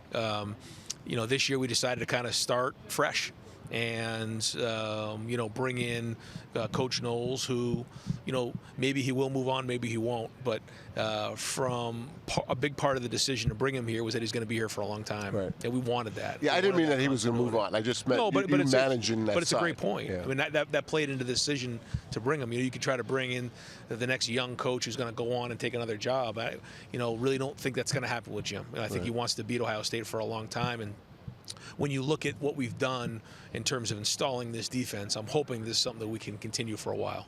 Keeping it defense, I know a lot of people have been waiting for that next Bosa type of pass rusher to emerge. At that position, you've got some veteran guys. You've also got some younger guys with less experience.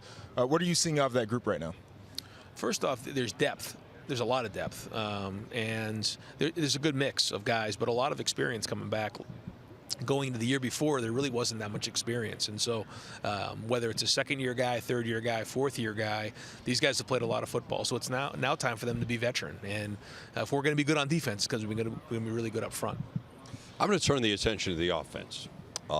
C.J. Stroud was pretty good last year, I thought, and layman, but it seemed like he was pretty good. What's the next step in his game? Kind of perish the thought for the teams that are playing against you, but how can he get better? Well, I think when you look at C.J. and just how he took on those 2 losses that we had last year, I mean, he took it on himself. And quite honestly, I don't know if that was fair. I think if we had played better on defense and ran the ball a little better, we could take in some of the pressure off a young quarterback. But he took it on himself. I mean, that's just the way he is.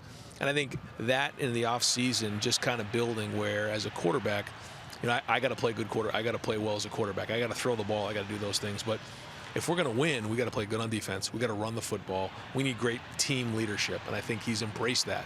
And so that approach and that perspective, I think, is going to be huge for him. You talk about running the ball better and playing great defense. How do you manage how much contact? We go, obviously, we're going to leave next week. We go to all the teams. Your team looks a lot different than everybody else. I don't know that I would want to turn them loose on each other very often, as far as scrimmages and that.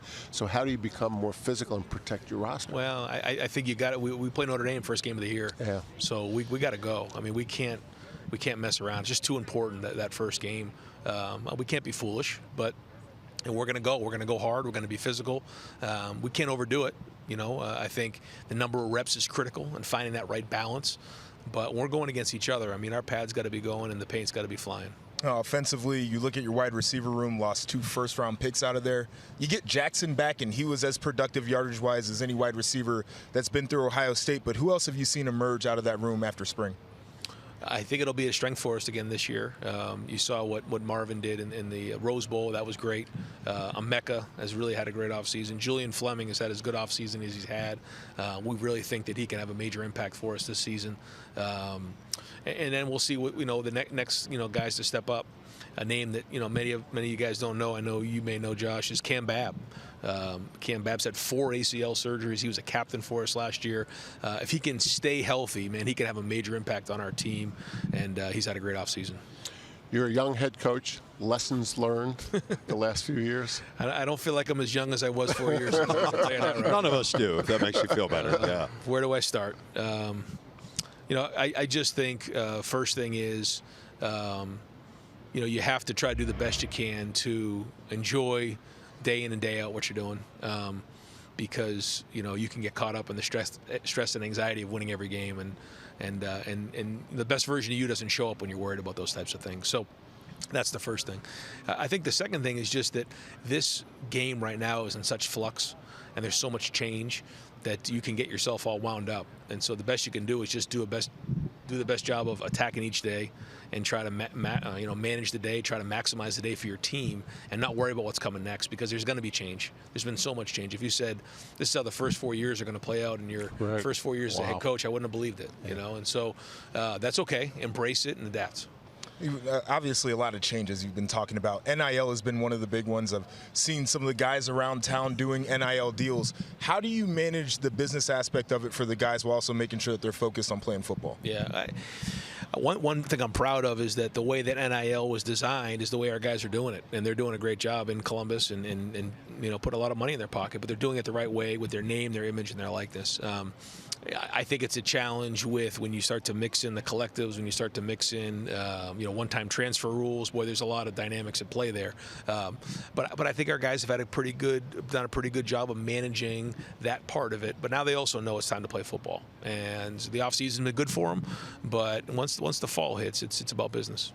You mentioned opening up against Notre Dame, and in response to Jerry's question, how that might change the tenor in terms of the physicality of your camp. How else does it change things to open with a game of that magnitude right off the bat? How does it change the way you approach camp? Oh yeah, it's just the way we approach this summer. We just know that game is big, and a night game, in Columbus is probably one of the most anticipated games in a long time for an opener. I don't know if there's been a bigger one. It's going to be rocking. It's going to be electric. It's exciting. Our guys know what it means. And it's been a long off season for them. They want to play, and they know what an early win like this can kind of catapult our season. Coach, is there a consensus among the Big Ten coaches on some rule you'd like to see passed? Can you come to some agreements? Yeah, I mean, there's nothing offhand right now, but I know there's certain things that we would love to see happen. It's just some of those things are a little easier said than done, and. Anytime you change something else, there's a cause and effect to everything. And what I'm trying to do is I'm trying to focus on this first game. I'm trying to focus on getting the team ready and kind of leave that other stuff up to Gene. The AFCA, they still have a voice? They do. Yeah. And those guys do a great job. I mean, they really work hard at it, but they're the one thing about the AFCA is you have the entire coaches across the country, and what one coach maybe in the Northwest is a lot different than the Southeast, and the size and everything. So to get consensus is a struggle sometimes. Much like the NCAA itself. Exactly. Yeah. Exactly. Coach, you mentioned Cam Babb, you mentioned C.J. Stroud as a couple of guys who have really emerged as leaders. Who are the other players on that roster that when you turn to, you need to send a message through the locker room that you look to? Yeah, well, it's, on defense, Tommy Eichenberg has really stepped up. I thought he's been doing an excellent job. Zach Harrison's taken a leadership role. Tyler Friday, it's going to be great to have him. He and Josh Proctor were out last year. Mm-hmm. Those are two tough, physical guys who have great leadership that it's going to be great to have them back with us. Court Williams has shown some really good leadership. So there's been a host of the guys, and one of the things we did in the offseason was really try to promote some of this leadership, and some of the things that we did, we won't get into that now, I think has really helped that area. Coach, what's your message to your guys heading into this year? I mean, you were in an unusual spot vis-a-vis a lot of coaches in America, where that you can win the Rose Bowl, win 11 games, and there are still some people who say, I was down here for Ohio State, right? And you can win one of the great games in memory. I mean, that was an awesome game in a venue that's so full of history and so meaningful to this league. So how do you kind of balance that message of, hey, that was success, that was good, with all three of your guys set up here and said, we're here to win the national championship? What's the balancing act for you, message wise and as a coach? So I think it's a great question. You say we're 11-2, won the Rose Bowl. Everyone wants to pat you on the back, but our three goals are to win the rivalry game, win the Big Ten championship, win the national championship, and those three things didn't happen. But that doesn't mean everything was for naught. I mean, we had some great wins. When you look at last year, beating Penn State, anytime you beat Penn State, that's a great win. Beating Michigan State, a top 10 team at home, and then obviously the way we played in the Rose Bowl. So there's a lot of growth, a lot of good things that happened, but we didn't reach our goals. Every year the expectation doesn't change at Ohio State, though. It doesn't matter if you have a young quarterback, you have an old group, it doesn't matter what it is. So we're going to continue to attack it the same way. And the only thing that's different is the team's different. They're a little scarred, a little calloused. They lost some tough games last year, and they had to sit around and listen to it for the last off season, and that hasn't been fun. What are some of the priorities going into camp? Leadership and toughness. I mean, those are the two things that we got to continue to build on. I think at some point, we're going to hit adversity. Even the rivalry game last year was close at halftime. We just didn't respond well in the second half. We wouldn't play well really in the first half of that Rose Bowl, but we responded. Guys came together at halftime. Leadership showed up. We played much better in the second half. Those games are coming. We played right here against Wisconsin, and we were down at halftime. We came back and played really good in the second half a few years ago. Those type of things are coming, so we got to make sure that we're ready for that moment, and then continue to build toughness. Coach, you mentioned the goals: beating your rival, winning a Big Ten championship, going to the playoff, and winning a national championship. Those are all overarching goals. How do you keep the players focused on the things that are right in front of them in the moment? I think you just continue to talk to them about it, and just try to hammer them with that every single day. I think the good news is we open up with Notre Dame, so it's hard to look past them right now because they're right front and center. But as time goes on, the term we're using is competitive stamina, bringing it for an entire season, not having a let up somewhere along the way, because whatever happened at the end of the year, we played really good against Purdue, really good against Michigan State, and then just didn't really play good in the second half of that rivalry game. So we got to be able to play good and play for an extended period of time and have that competitive stamina. Ryan Day, looking forward to seeing how the season unfolds for Ohio State. We'll see you at camp here in a couple weeks, and as always, really appreciate your time. Thanks, guys.